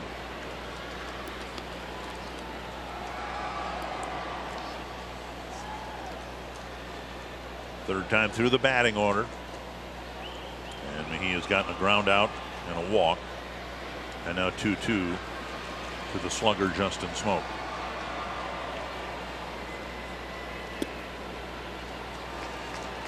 Three plate appearances, 3 3-ball counts. And all of a sudden he's not getting the changeup near the strike zone to induce the Toronto hitters to swing at it. That would have been a very nice combination there. He stood him up with a high inside fastball and tried to come back with a changeup. I really liked the thought, but he just couldn't throw it over or close enough to get Smoke to swing. Might have cracked his bat. Foul ball nonetheless. Still 3-2. And as I told you watching the British Open golf, I've always had an issue criticizing a player's effort. I think the effort's there. It's the execution, right? It's absolutely the execution. Whether it's golf, hockey, baseball, I've always given them the credit of efforting as the best they can. It's just the execution that's a little lacking sometimes. 3-2 to Smoke. And the effort and the execution there. A little dribbler back to the mound, and Gurriel goes to second. Well, it's like John McKay said when he asked about his Tampa Bay football team's execution. I think that'd be a really good idea. I'm all for it.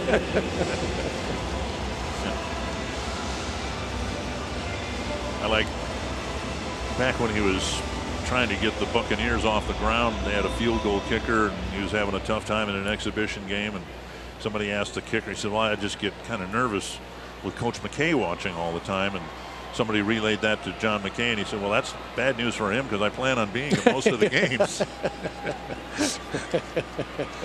2 down, and now Hernandez.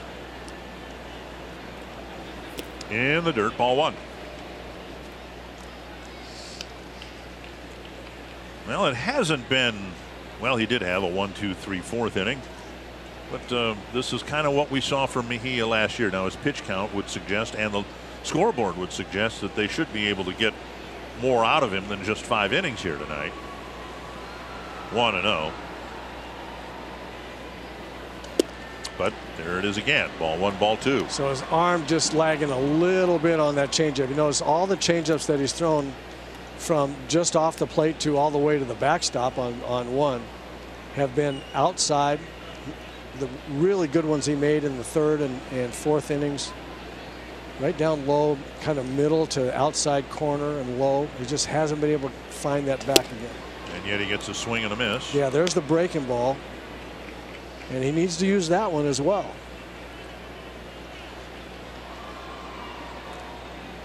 So a fastball count. He's struggling with the changeup. Nice little breaking ball right there.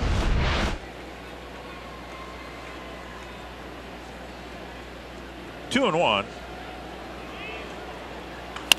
Ground ball weakly to the right side. Dozier waits and flips. A 1-out walk does no damage. Mejia's done just fine here tonight in his 2nd start of the year.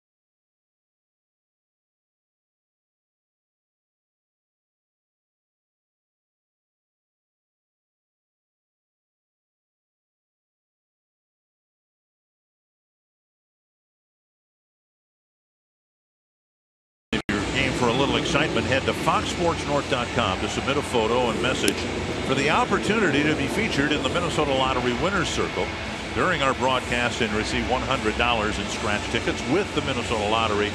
Every day is game day. Pitcher number 5 for the Blue Jays, Twin Cities native Jake Petrichka. Paul Molitor talking with Adalberto Mejia.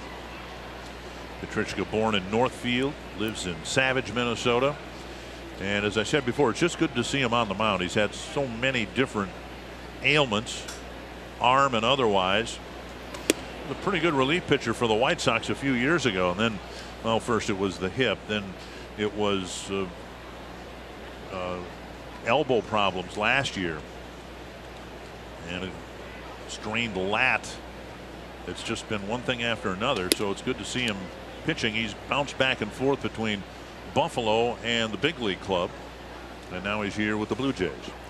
Well, I really liked his stuff when he was in Chicago. He had a streak for a while, a slew of games over the course of a year or two where he really pitched well.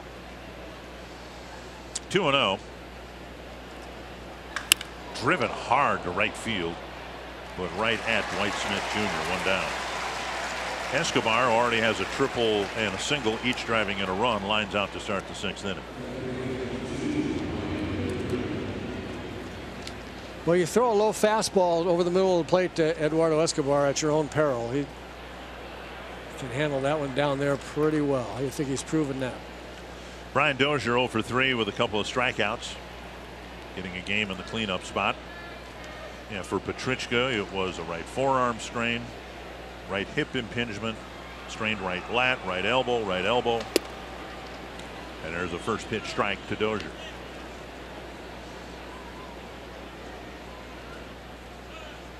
I think it takes a pretty special body, kinesiologically and otherwise, just strength, to be a pitcher in the big leagues. It's a lot of stress on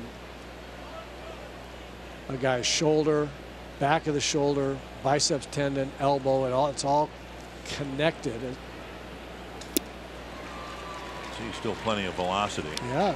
And you watch the game on television, and for the most part, the pitching motion is so fluid. But you would do yourself a service, I think, if you just looked at still photographs at various points in a pitcher's delivery to see the torque, the strain. Oh man. And you know, what is it, pronation of, yes, of your arm when you release the ball. Just after, post releasing of the ball, absolutely. But and also just how far behind the elbow the ball is at certain points. When you talk right about the hitting the nail with a hammer, well, it's the same thing. There's a lag. 2 down. There's a lag behind your elbow for a while to get that whip that you need. Well, here it is in slow motion. Now, if you watch when his arm starts coming forward, right about, a little bit farther, right about, right there, right. You can see this elbow way in front of the ball, and then the ball comes snapping through with the wrist, and all of that is, all the tension is put on the rotator cuff behind the shoulder, and then the ulnar collateral ligament in the elbow. Those are the two areas that have to be strong. I was talking to Dr. Dan Buss, just an eminent shoulder specialist, orthopedic surgeon and doctor, and I was asking him about all the ulnar collateral injuries that require the Tommy John surgery that we hear all the time, and he said it's usually because the back of the shoulder is not strong enough to handle the torque, and it kind of rebels mid-delivery, and all the pressure goes right to the elbow, and it's really a stressful physical activity for pitching at this level, well, at any level, but at this level in particular. 1-2 to Morrison. Couple of productive at bats from Morrison. A clutch 2-run, 2-out single in the third, and led off the fifth with a long home run to center. Both hits going up the middle. Yeah, that base hit to center field was really the big hit of the game. That drove in runs numbers 2 and 3 there, and then later on got a ball in the middle of the plate, and it stayed in the middle of the field. A strong man. You can get the ball out of the ballpark to center and left center, and we've seen him do both of those things. Away. Then why wouldn't you? Why wouldn't you stay in the middle of the field? Your swing gets better the more you stay in the middle of the field with your approach.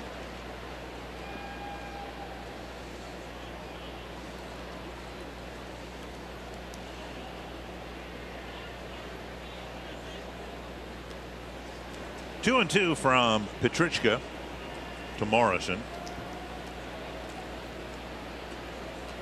And came inside with a breaking ball to get a strikeout. Good inning for Petrichka, and we head to the bottom of the second.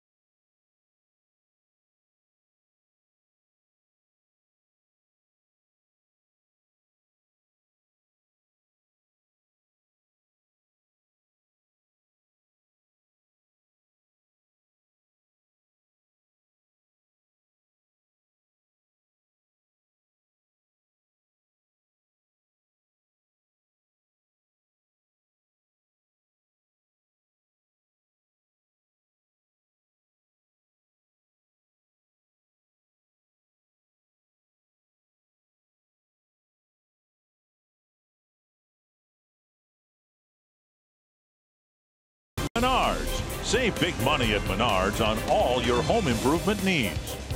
And by Jeep, the official vehicles of summer.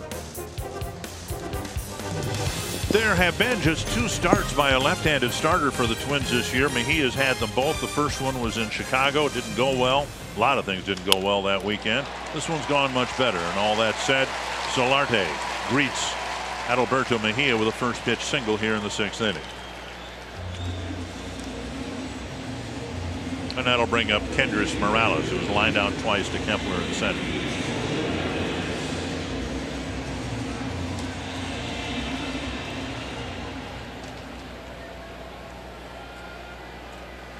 Morales was a Minnesota Twin for 154 at-bats, 39 games in 2014. And the Twins dealt him to Seattle. He didn't do much better with the Mariners. Then was part of a World Championship team in Kansas City in 2015. Had a great year. Had a decent year the next year in his second year with Toronto. A strike now ball to Morales. I like that pitch right there too. He got Morales out on a changeup last time up. Just in case Morales is sitting on that changeup, buzz him inside with a 95-mile-an-hour fastball. That'll put some doubt back in his mind and make the changeup a little better if he chooses to throw that one this time. There it is. And a swing and a miss.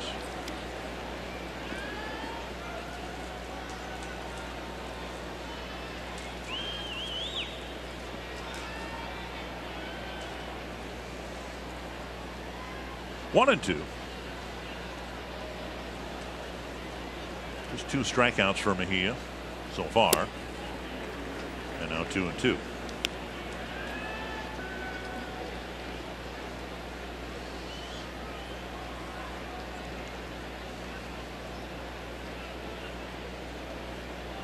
Approaching 90 pitches, and Trevor Hildenberger getting loose. Actually, that's Matt Belisle. Matt Belisle, I think. Yep.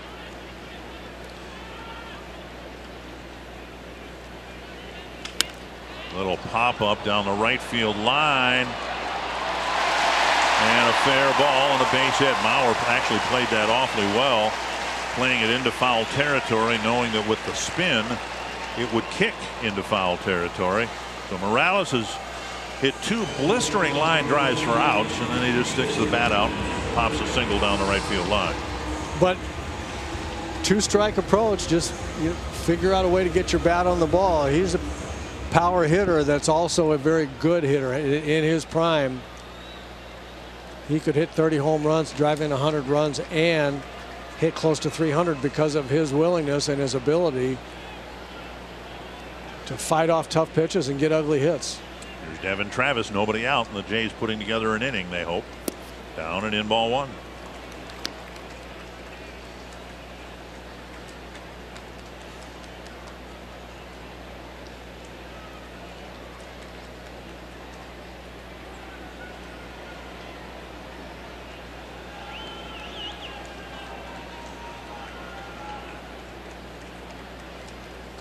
And now 2-0.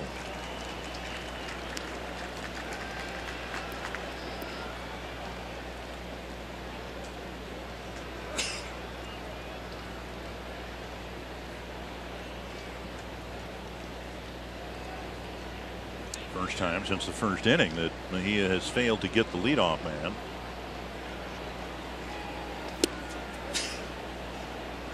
Two and one.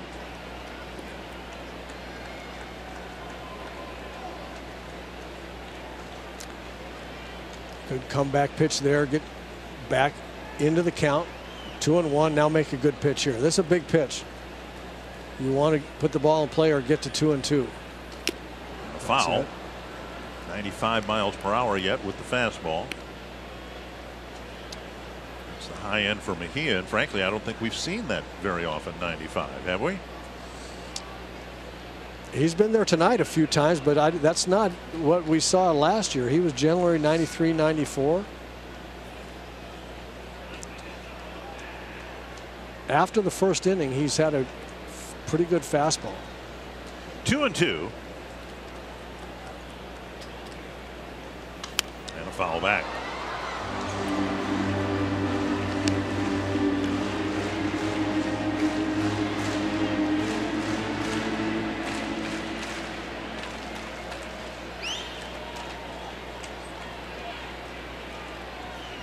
Molitor beckoning Garvin Alston. If Mejia could throw that good back foot slider right here, he'd get Travis. Sometimes you have to. There's a count where you just have to make a pitch. And a base hit to left, and the 6th inning starts with 3 hits. Solarte held at third. So they're loaded up with nobody out, and Dwight Smith Jr. coming to the plate.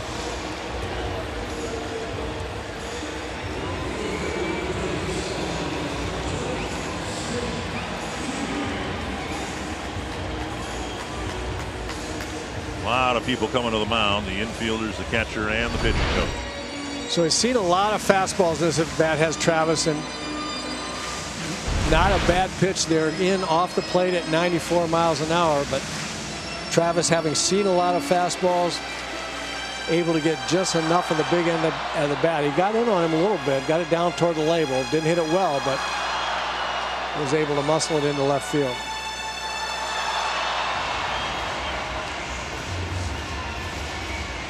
So if you're Garvin Alston right there, you go out to give your big man a little bit of a breather. By the time you get out there and he's breathing a little bit, then you say, okay, look, we got an 8-1 lead. There's a left-handed hitter up there. Punish this guy. Take him one hitter at a time. Don't worry about the runners on the bases. Make quality pitches to each hitter as they come up here, but especially this left-hander. Strike on the outside corner. And there's quality pitch number 1. 94 on the corner, on the outside corner.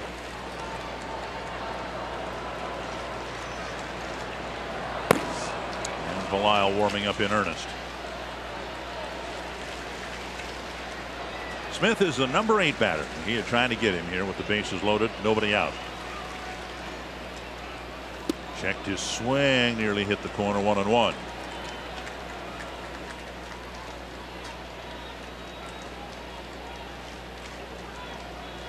The 3 hits here in the 6th inning are the first Toronto hits since Hernandez got a single in the 3rd inning.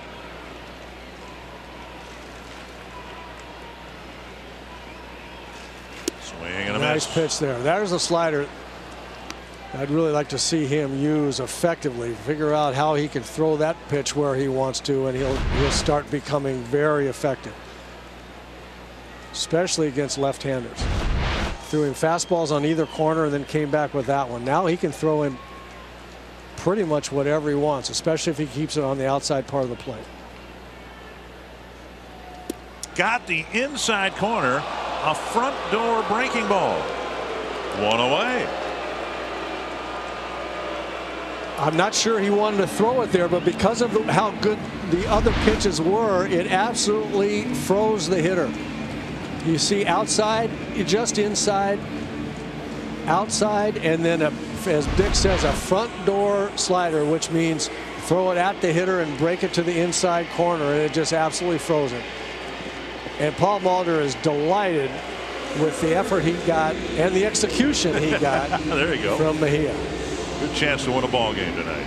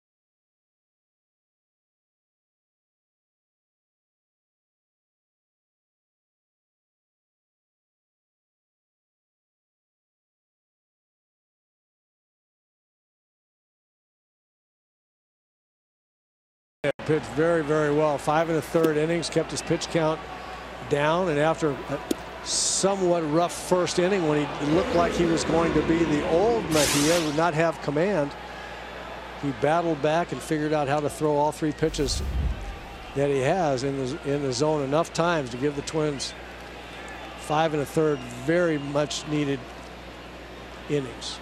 3 inherited runners for Belisle. And the first pitch fouled away. 1 strike. Belisle's been pretty good in stranding inherited runners. He has inherited 11 of them and only 1 has scored,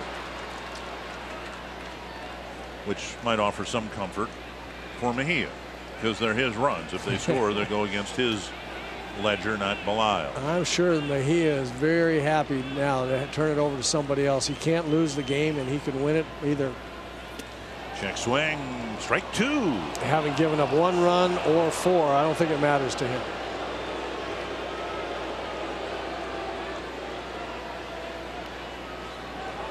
Now we're going to see the other one, the other left-hander.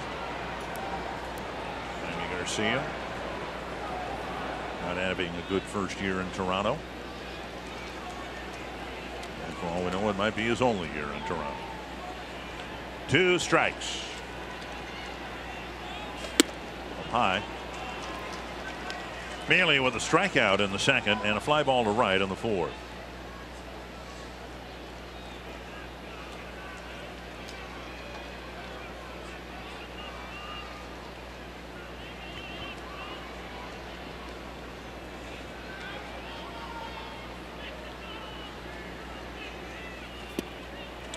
Two. Mealy, the catcher, batting ninth.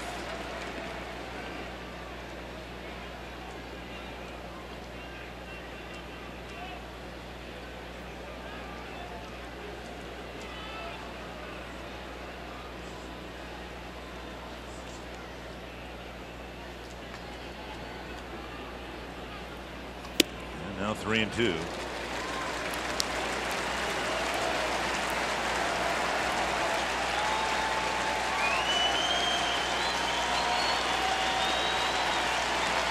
Three singles to start the inning. Then the strikeout of Smith. Now a full count to Mealy. Obviously a dangerous pitch. See if he can stay out of the middle of the strike zone. Struck him out with a 91-mile-per-hour fastball. 2 down. Big pitch right there. He had to throw a strike. He came in with a high fastball and got it. That was a Jake Odorizzi special right there. Yep. 91 miles per hour, but the top end or maybe above the strike zone, got a swing and a miss. And now Grichuk with the bases loaded and 2 out. Grichuk with a walk, a line out, and a ground out. As we showed you at the very top of the show, one of the hottest hitters for the Blue Jays as of late. And he swings through 91. One thing I've always really liked and been impressed by with Matt Belisle is he just has no fear. He's not afraid of situations like this and not afraid to throw strikes. And like I was saying earlier, your stuff is your stuff. And he throws his stuff in there. Fly ball right field. Grossman waits. Great job by Belisle. He stranded all 3 runners, and the lead is still 7.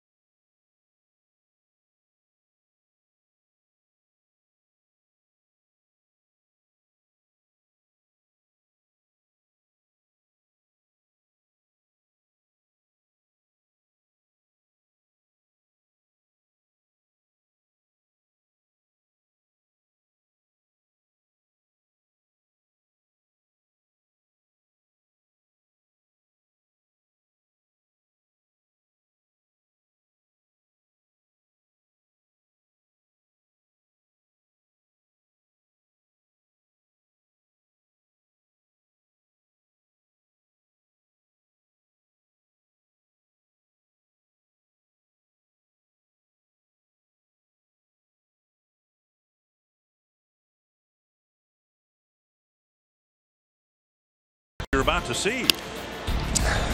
First inning, Eduardo Escobar with Joe Mauer having hit a double. Drops a little ball in front of Hernandez. Went all the way to the wall for a triple. Logan Morrison would drive in 2 runs with a single, and then the blister a home run. And as would Max Kepler. Great swing on a breaking ball. Twins bats getting going tonight, just in time to support Adalberto Mejia's good effort. 5 1/3 innings. Held Toronto down. just what Paul Molitor and the Twins needed from their young left-hander. The three left-handed relievers that Toronto has did not pitch at all in the Baltimore series, and now Garcia makes it 3 for 3 here tonight. He'll face Polanco, Kepler, and Garver in the Twins' 7th. Fastball, strike one.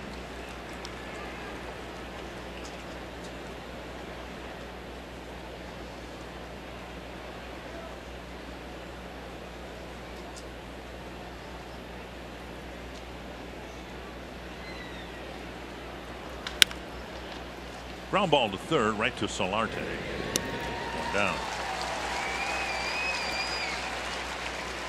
And that'll bring up Kepler. Stretch it out on the grass at Target Field for Yoga Night, presented by United Healthcare. Wednesday, September 5th. Participants will receive a Twins branded yoga mat, Twins game tickets, and an on-field yoga class. Reserve your spot today at twinsbaseball.com/yoga. One down, and now Kepler, who homered with a man aboard in the 5th inning.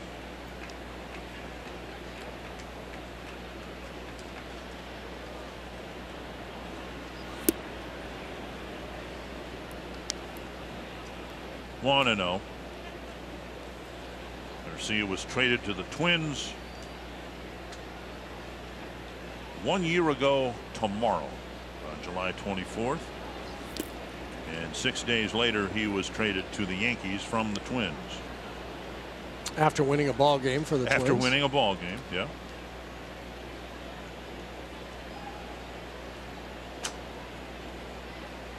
Two and 0.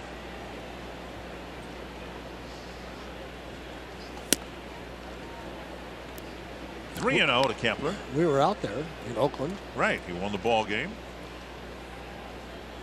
Well, I mean, obviously you were out there. Twins were out you there, were doing, obviously, but right. I was with you Okay. on that road trip. And a strike on the outside corner. Part of that road trip was after Oakland going down to San Diego and watching Irvin Santana pitch one of the most dominating games that I've seen him or anybody else, frankly. It's a wonderful performance against the Padres. He'll be pitching Wednesday night. Deep to right center field. Caught by Grichuk, two away.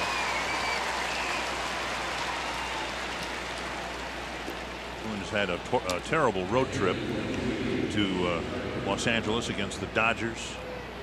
They actually played great against the Dodgers, well, and lost all three games. Right. Two down, and here is Mitch Garver. 3 hits for Garver. And he averaged up to 258.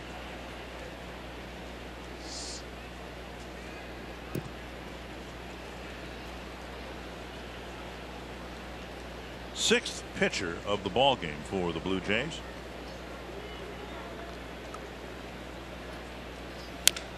Bounced foul, a strike.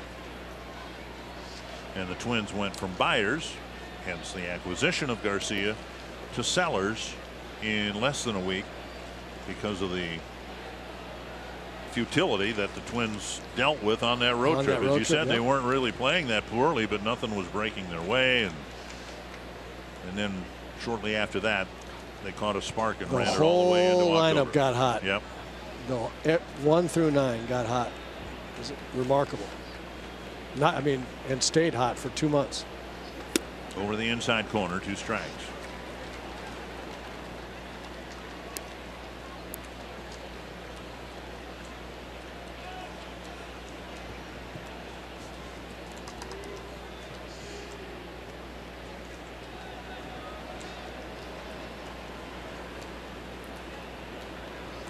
Half swing, but he went, and the inning ends, and Garcia breezes through the 7th inning.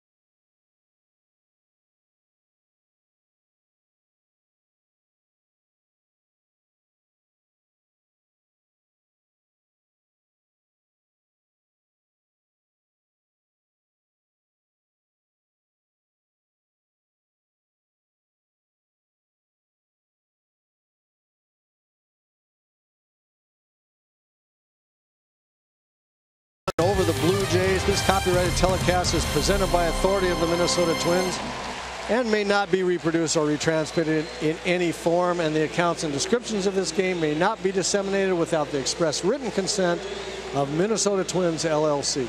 How could you not love this city? We're in the blue building there, the blue lit building below the CN Tower. What a gorgeous, gorgeous city. Used to be the Sky Dome, now the Rogers Center. The roof is closed. And Matt Belisle, with the bases empty, will hope to pitch the Twins through the 7th inning. A-Ray Adrianza's in the ball game at third base.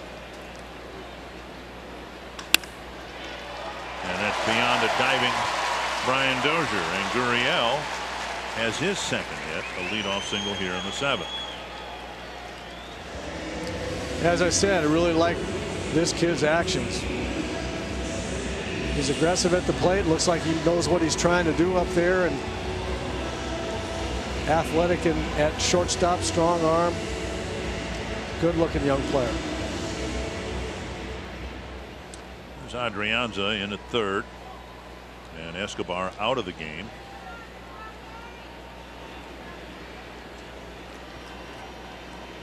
Escobar lined out in his last at bat in the 6th. Here's Smoke. A couple of singles and a nubber halfway between the plate and the mound. One strike.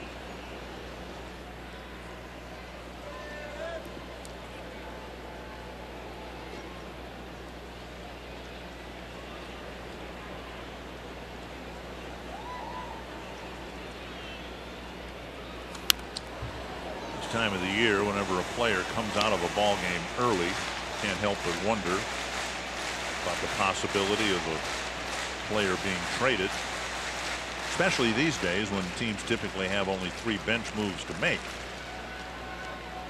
Might be nothing more than the score, 8-1, but it is the 7th inning. Yep. I'm thinking it's Escobar. And the other answer, potential answer, is that he's played an awful lot of innings. He's 1 through 9 and beyond, and it's 8-1. 1-2. Give him a little rest for the next 2 days.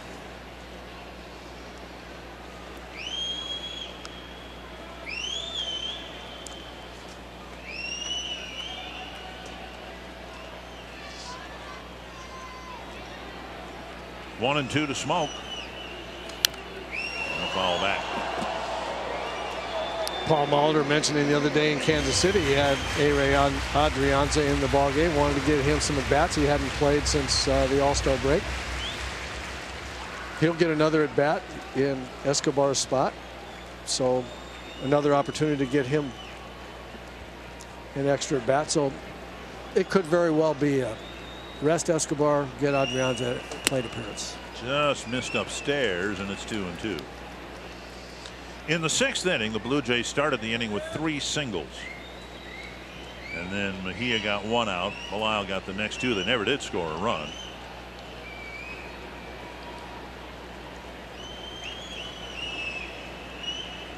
And now full count to Smoke.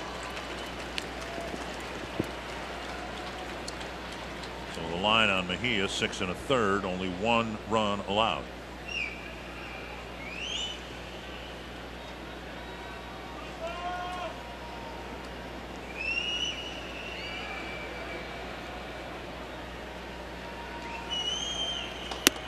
Got him looking. It was a 3-2 count. Smoke tossed the bat away, and he can pick it up on his way back to the dugout. 1 down.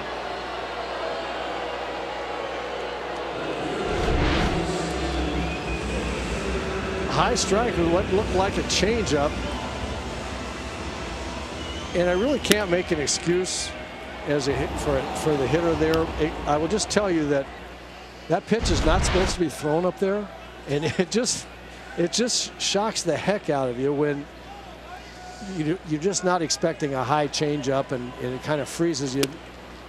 Ball, because of it's a changeup, loses speed and drops down into the strike zone, and you walk back thinking, I wish he hadn't called it. Well, the batter now is Hernandez. I go back to what Justin Morneau said on the air. He said the hardest pitch for him to hit was the backup The slider backup that slider, really right? never Yeah. did anything. It just kind of acted like a cement mixer and spun and never really broke. Well, what happens with that, they call it a backup slider, is basically just a slider that stays generally high and inside. And the problem with it is that you see it. You see the slider spin, and you slow your swing down, and you wait for the break, and then it just keeps coming, and then you're late. You're beat with it. Right. And it makes you feel pretty foolish. But Justin's right. It's one of the hardest pitches in baseball to hit. 3-0 to Hernandez, and down the middle of strike.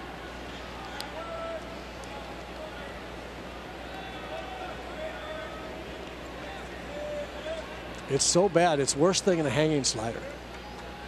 Hanging sliders you can hit. Backup sliders that don't even get to the hang point, those are hard. And now a walk will put Hernandez aboard. Yeah, that's not Belisle looking almost walked Smoke. He does walk Hernandez. First and second, one down. Twin season ticket packages are now more convenient than ever. All traditional ticket plans include unlimited ticket exchange options, so you never have a ticket go unused. Season ticket holders are automatically enrolled in the Sweet Spot Benefits and Rewards program. You can learn more at twinsbaseball.com/season tickets. 2 on, 1 out, and here is Yangervis Solarte. Singled his last time up. A leadoff single against Mejia. Blue Jays just 1 for 9 with men in scoring position tonight.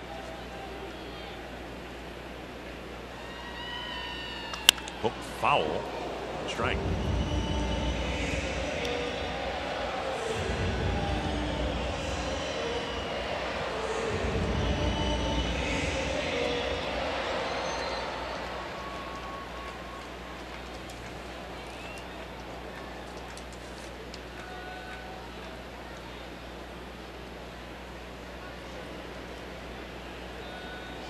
Twins with a 12-man pitching staff right now, with Buznitz being sent down to get Mejia up here.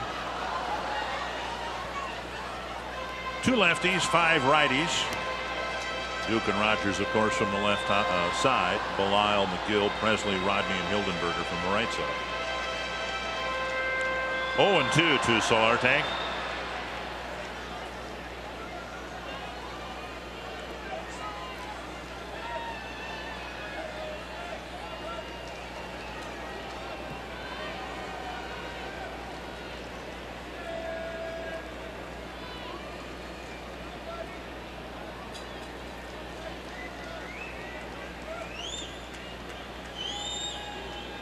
Just outside, and it's 1-2.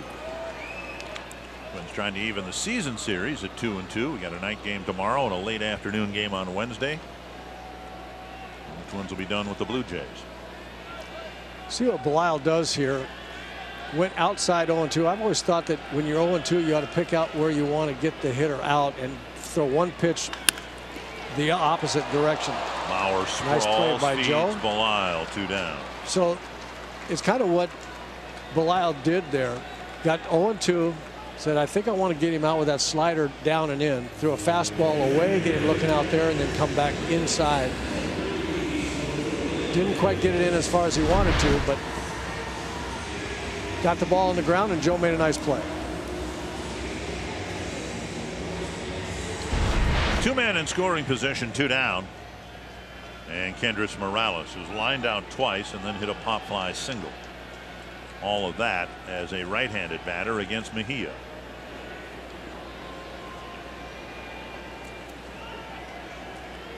Looking for fastball first pitch here. Be careful. Took it at the knees.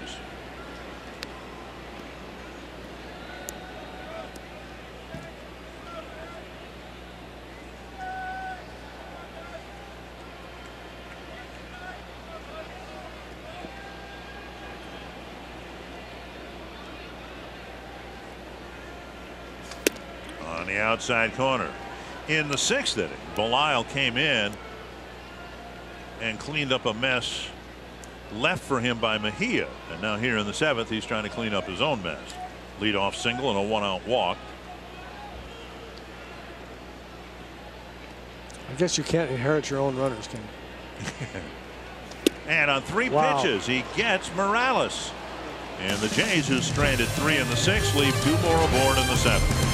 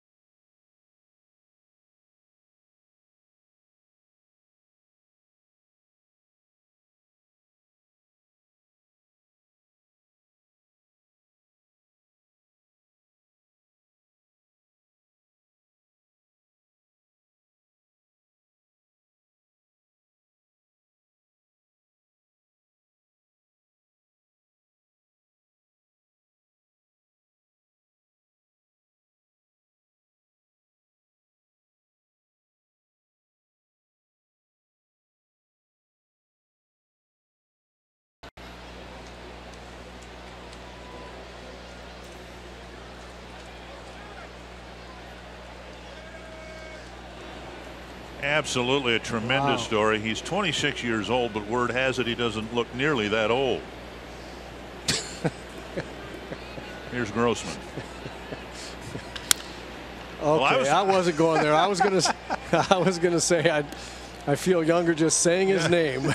I said no, I'm not gonna do it. 1 strike to Grossman. It really is a great story. Ponce de Leon taken out after 7 innings of no-hit ball. You're just a fountain of knowledge. And Grossman drives it to the right field corner. Foul. 2 strikes. Grossman, Mauer, and Rosario in the 8th, trying to do something against a guy who very briefly was a teammate of theirs last year. Jaime Garcia.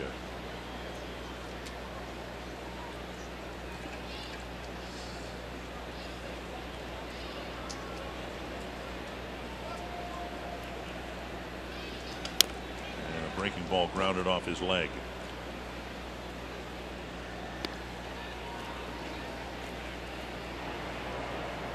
Matt McGill getting loose.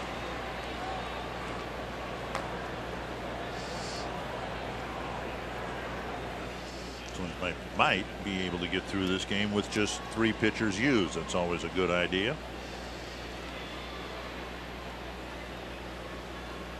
McGill hasn't been used much as of late. Might get a chance to air it out for a couple innings. Yep, couple innings. He could use them, get his stuff back in the strike zone. He's got good stuff too.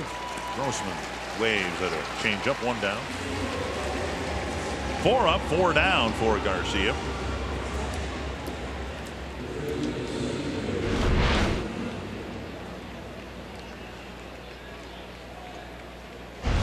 Like a little change up or taking something off a sinking fastball, something that fooled Robbie Grossman. There's Mauer, who's hit the ball sharply 4 times tonight. 3 hits and a smash off the very top of the mound, fielded by Gurriel near second base to finally retire Joe. Strike 1. I just wonder what goes through Joe's mind when he takes all these strikes and then ends up, as he's done a couple times tonight, with 2 strikes. whistling a base hit into the outfield. This one tapped to the right side, and Travis throws him out, 2 down. You wonder whether he's going, oh, okay, I can hit that. If I see that again, I can hit that. Yeah, I think it's something like that. I don't know what's going on in his mind when he takes those pitches. I know what's going on in his mind when he gets a base hit. It's like, oh, yeah, I mean that. Throw it to I figured that's what was going to happen. 2 down, and now Rosario. Eddie looking for his first hit.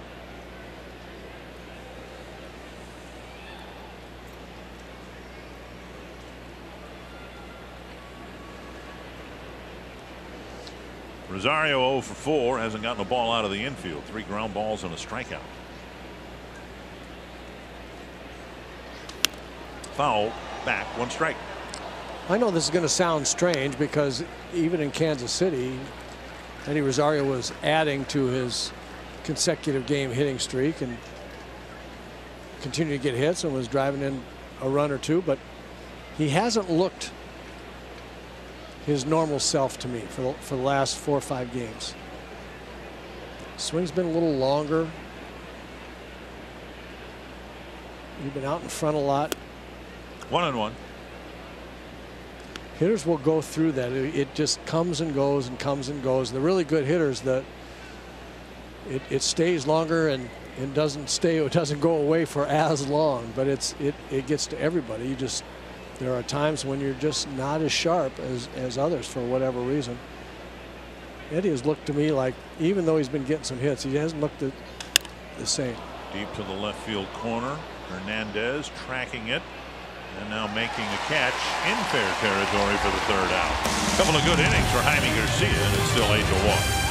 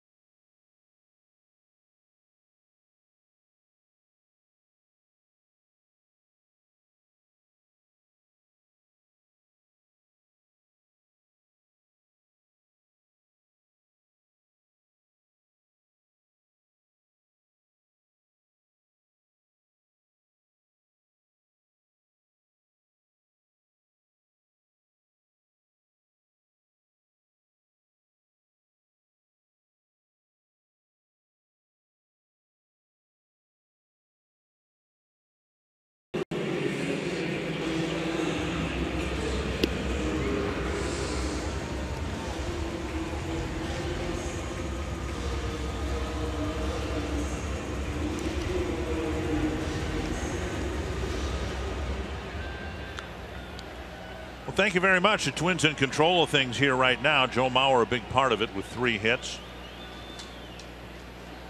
And the Twins changing some things on the field and on the mound. Matt McGill, who has not pitched since the All-Star break. His last outing came almost 2 weeks ago at home against Kansas City. And it might be that McGill needed a little bit of a break. We'll see how he pitches here tonight. He's had a series of disappointing outings and a series of 6 outings where he's given up at least 1 run. And over that time, starting with June 23rd, excuse me, June 21st, so it's been about 5 weeks, he's pitched a total of 11 2/3 innings as you look at Taylor Motter in at second base, Jake Cave now in left field. in that period of time of 5 weeks, 11 2/3 innings and 11 earned runs.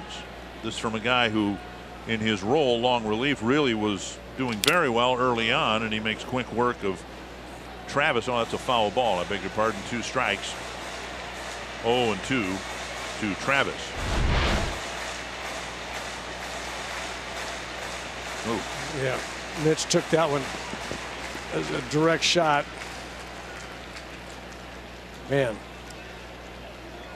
McGill's a little bit of a mystery in that regard, Dick. I mean, he throws 95, sometimes 96. He has a nice overhand breaking ball, a little slider. I think he has a changeup as well, and you would think that stuff would play pretty well, but it just goes to show you about it's generally location. Wow. And that was the perfect location right there. 96 right on the corner. From May into June, he had a couple of brilliant long relief outings, and looked like this guy has been what the Twins have been looking for years, of an effective long relief guy who can keep you in a game if a starter has a short start. Well, he has that kind of stuff, and you would think that what you said is exactly right. So 1 down in the 8th, and now Smith, and that's fouled away. A little giddy up on the fastball. Yeah. 95, 96. 95 or 96. It is awfully straight. That would, I think that's the one thing. So when your fastball is straight, a la Buznitz is another example. You have to be able to impress hitters that you've got other stuff that you can throw for strikes in good locations. Missing 1-1. Pitched in the Friday night and Sunday afternoon game at Wrigley Field, and McGill, like every other Twins pitcher, struggled in that series. 2 games, 4 1/3 innings, 5 earned runs, and a strike called. 1-2. That's a nice little changeup right there. That's the kind of thing, the secondary pitches that you have to be able to show to not only the hitters in the box, but also guys on the bench. They don't walk up there from the on-deck circles ready to nail your fastball. And Garver can't quite hang on to that foul tip. At least he didn't hit him in the grill. And Garver looking into the Twins dugout. I think he's going to ask for a different mitt. Or either he's saying, all right, you think it's so easy? You come out here and try. That might have been what that was all about. Somebody said, hold on to the ball. Right. So, will you come out here and try it? After taking one between the chops, yeah. 2-2. Yeah, I thought he was going to ask for a different catcher's mitt, but he was just offering to, hey, you're moving second baseman, you know, left fielder. I've been squatting back here for 8 innings, right. 8 long innings, and just took one of the chops. 2-2.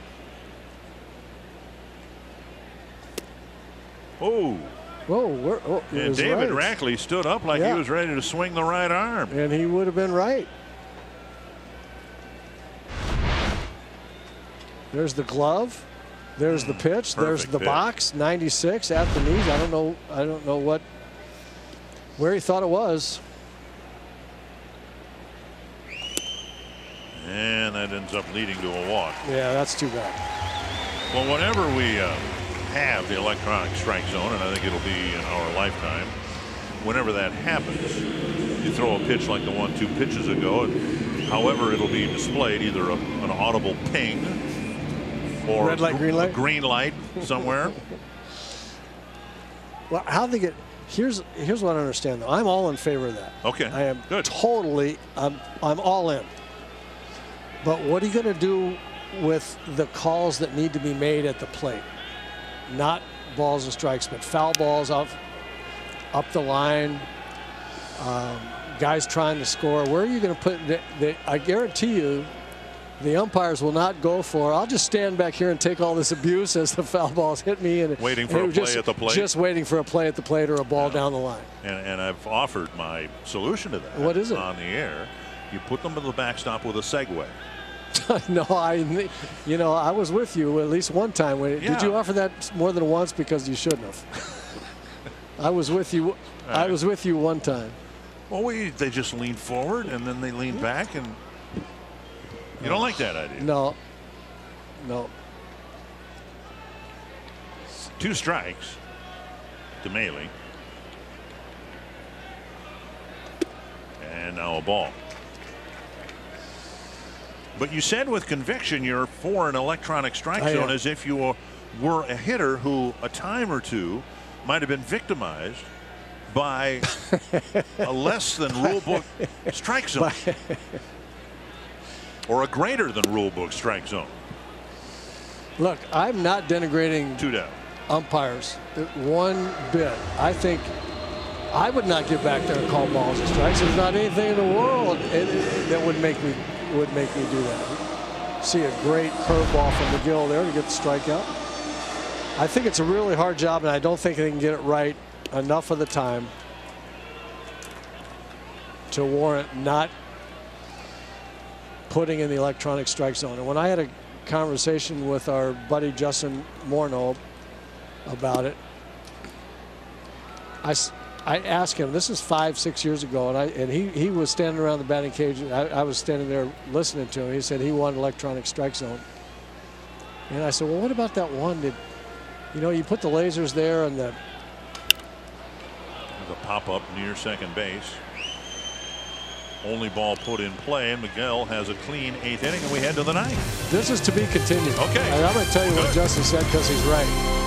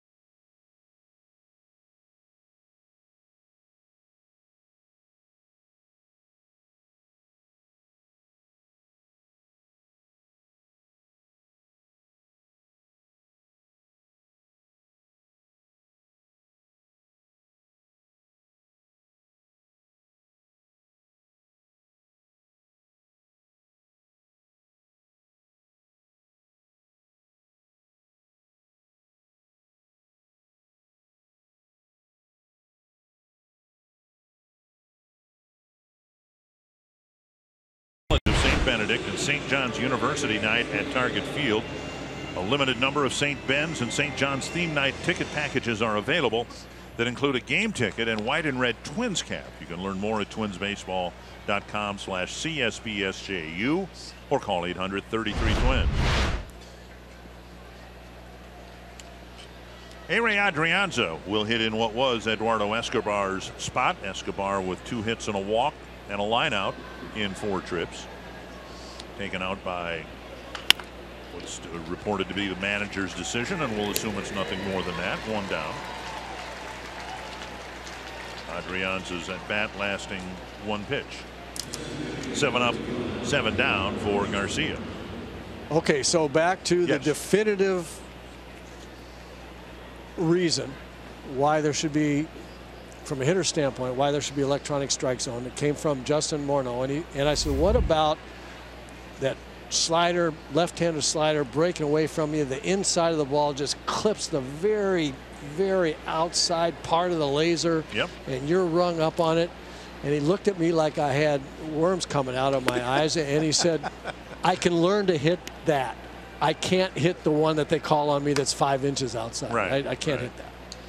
And again, not to denigrate the umpires, because I do think it's an impossibly hard job. And Motter hooks it foul. I think it'll be more consistent, and I think the games will be. I think it might be the one thing that you could do, that baseball could do, to to make the most significant impact on shortening games, because guys will start swinging the bat. They'll know exactly where the strike zone is, and they'll start swinging the bats. And I do think, even though we have the human element in balls and strike calling, we have replay available. The umpires are supposed to look at pitches, review their calling of the night before, and we on every pitch show the strike zone. And so and I do think because of that, the strike zone is truer than it was when I started in this business. 1-1 and a strike called 1-2. Fernando Rodney hasn't pitched since before the All-Star break, and so he's getting loose now, even though it is not a save situation. How many pitches would you say are in an average baseball game? Total pitches both sides that are missed? No, just total pitches in a game. How many? 250 minimum. Oh, minimum, yeah. Right, 300. Let's call it 300 just for round number. And I think, to your point, the umpires do look and are judged by whether or not they've missed pitches or not. And what's the number? I think they're allowed like 5% or something missed. Right. All right, so 5% of 300 is 15 pitches. Right. Which can directly outcome 15 missed pitches in a game. It could be huge. Right. Particularly not in an 8-1 game, perhaps, but you get a 1-run ball game, and now you have that 1-run ball game in September when playoff spots are at stake. But let me tell you something else. Just one pitch in a big at bat. In one big, it could change the whole game. Just like a double play not being made the other day and couldn't challenge, and it changed the whole inning. That can change on a pitch in a key at bat. Morrison, the batter, 1-0. Just the difference between 2-1 or 1-2, right? The count. Yeah, absolutely, because you don't know what would happen after that if it had gone to 2-1. On a Twins hitter instead of 1-2, or had gone to 1-2 when the Twins were pitching, for example, rather than 2-1. You just don't know. 1-1 to Morrison. Garcia trying to have one of his better outings here based on how his season has gone. He hasn't given up a base runner since he entered to start the top of the 7th. I actually think if you watch games day in, day out, that the 3-2 count is one of the most significant action-oriented, depending on how the call goes, what happens. It's one of the most significant count, maybe the most significant count in a game. And strike 3 is called. Morrison's gone, and that'll wrap up the 9th. 9 up, 9 down for Garcia, but the Twins still lead by 7.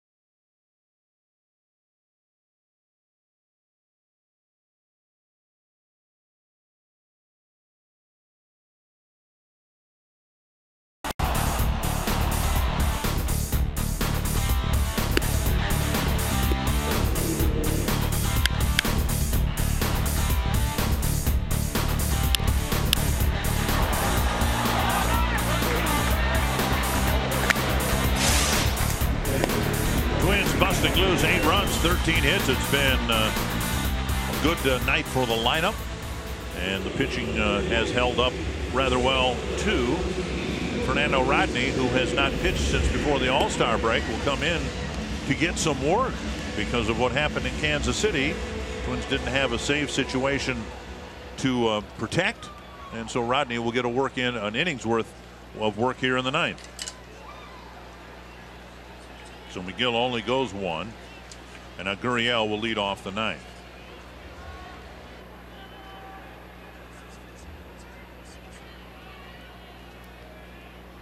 It was a week ago today that Fernando Rodney, in the first day of the All-Star break, became a U.S. citizen. You may remember he left the ball game in the middle innings on the Sunday. Here's the ball lifted to straightaway center, and Kepler is back to make the catch on the track, 1 down. Rodney came in to the ball game in the 5th inning against Tampa Bay. As it turned out, he got a couple of awfully big outs, and off he went to Miami to pass a citizenship test, which involved a written test asking about the original 13 colonies. About it's really cool. Yeah, and it's really he cool. really was, as he was detailing to the members of the media about his experience Friday in Kansas City, he was just grinning from ear to ear. He just was so proud to be finally a citizen of this country. And so, of course, but you know, going back to school when you get older, you know, I mean, just doing all the work that you need to do to study, to know the stuff, and it's cool stuff anyway. It's a great country of ours, and all the things that are important to know. It's important enough to him that he did know them, and he was able to. The whole story is just great, and we're proud of him, and proud for him to be an American. 2 strikes to Smoke. And the ball lifted to right. That'll be a long run for Grossman and for Motter, and Motter makes a diving attempt but comes up short because of where Grossman was playing. He had no chance to get to that ball, and Motter incredibly nearly made the play in the right field corner. How about your second baseman making a dive for a fly ball in deep right field? That would have been one for the ages right there. How many replays would this have been on of plays of the month? Look at where he is, where the second baseman is. In the right field corner. So it's a pop fly double for Smoke, and that'll bring up Hernandez. Okay, that wasn't executed, but that was great effort. That was great effort. Hernandez with a single and a walk, and that gets by Garver, and on his way to third is Smoke.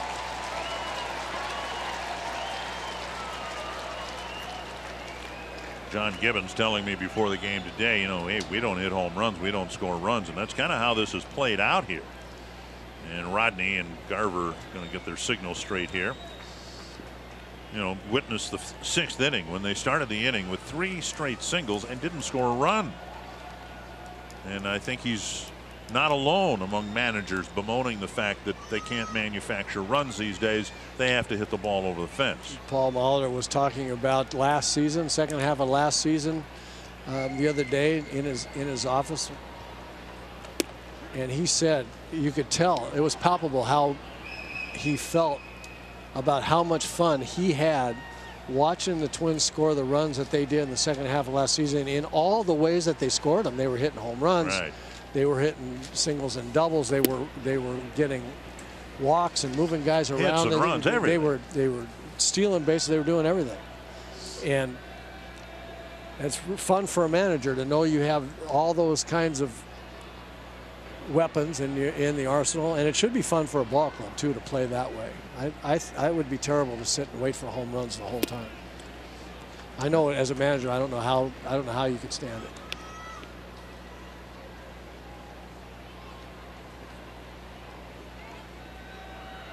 Three and one now to Hernandez.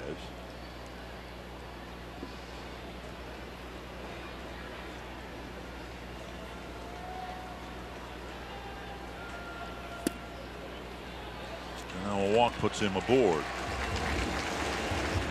Well, the double by Smoke was just a fly ball that landed in a good spot with the chip. Now a walk, first and third, one down, and here's Solarte. So when Rodney was detailing his U.S. citizenship and how excited he was, what his plans were for the future, being a Minnesota native, I suggested that he live in Minnesota year-round. How'd that go over? Well, it kind of evolved into a discussion. I was telling him about ice fishing and all that, and he said he went ice fishing once. The ball hit the left, and the catch is made by Jake Cave, and he fires it into second. And the Blue Jays have what the Twins hope is a meaningless run here in the ninth. A sacrifice fly for Solarte, and it's 8-2. Rodney told me that when he was in Korea, of all places, he went ice fishing, and he caught some fish. He couldn't tell me what kind they were, but he said his toes got cold. Yeah, that'll happen. So then I had to tell him, you know, Minnesota, we have fish houses with heaters and all that. And he seemed genuinely interested. So maybe. I mean, we got you out of Southern California to live year-round in Minnesota. You did. You did. I had nothing to do with it, but I mean, the region did, and the people. The Minnesota I get that. 1-0. I would never go back. Doesn't mean I'm not going to gripe about winter, but I would never go back. I don't know about the Dominican Republic. How many? There's no ice fishing there. I can tell you, I was there in the wintertime. There's no ice fishing there. But I wonder if a former resident of the Dominican Republic ever settled in Minnesota. Well, Cubans have. We know that. Well, yeah, there's a pitch down the middle, strike. So that's close enough. Okay. 2-1 with Rodney hoping to wrap up a Twins win here. 2 down.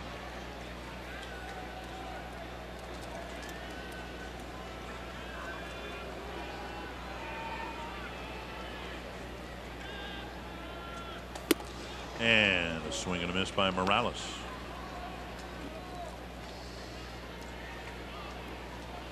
Two veterans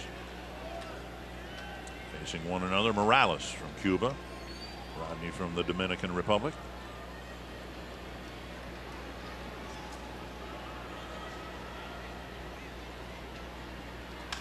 And a base hit. Hernandez being waved around, and Cave's throw will come through, not in time.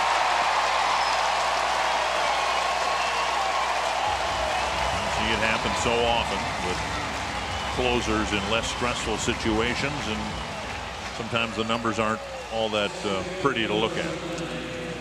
Well, it happens with closers a lot, that, as you suggest, as he, you know, just a professional hitter there. He got a fastball out over the plate, and he lined it in the left to get himself an RBI. But you also see it with Rodney a lot when he hasn't pitched in a while. He's even at his venerable age, he needs to be pitching and feeling comfortable like it hadn't been a long time since he's been out there. We've seen this before.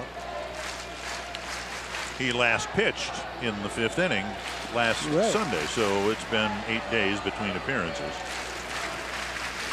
Bounced foul, 2 strikes.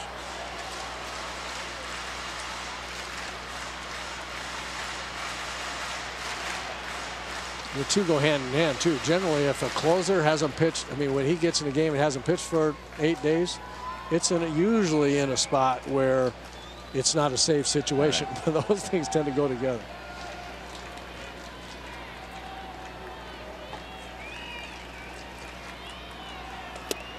And that takes care of it. So Rodney gives up a couple of runs, but ultimately it doesn't matter. The Twins still win comfortably, and to the extent one game can wash the bad taste out of your mouth, having been swept in Kansas City, the Twins did what they needed to do. And Anthony LaPanta, the highlight or the headline here, I suspect, will be Adalberto Mejia pitching as well as he did here tonight.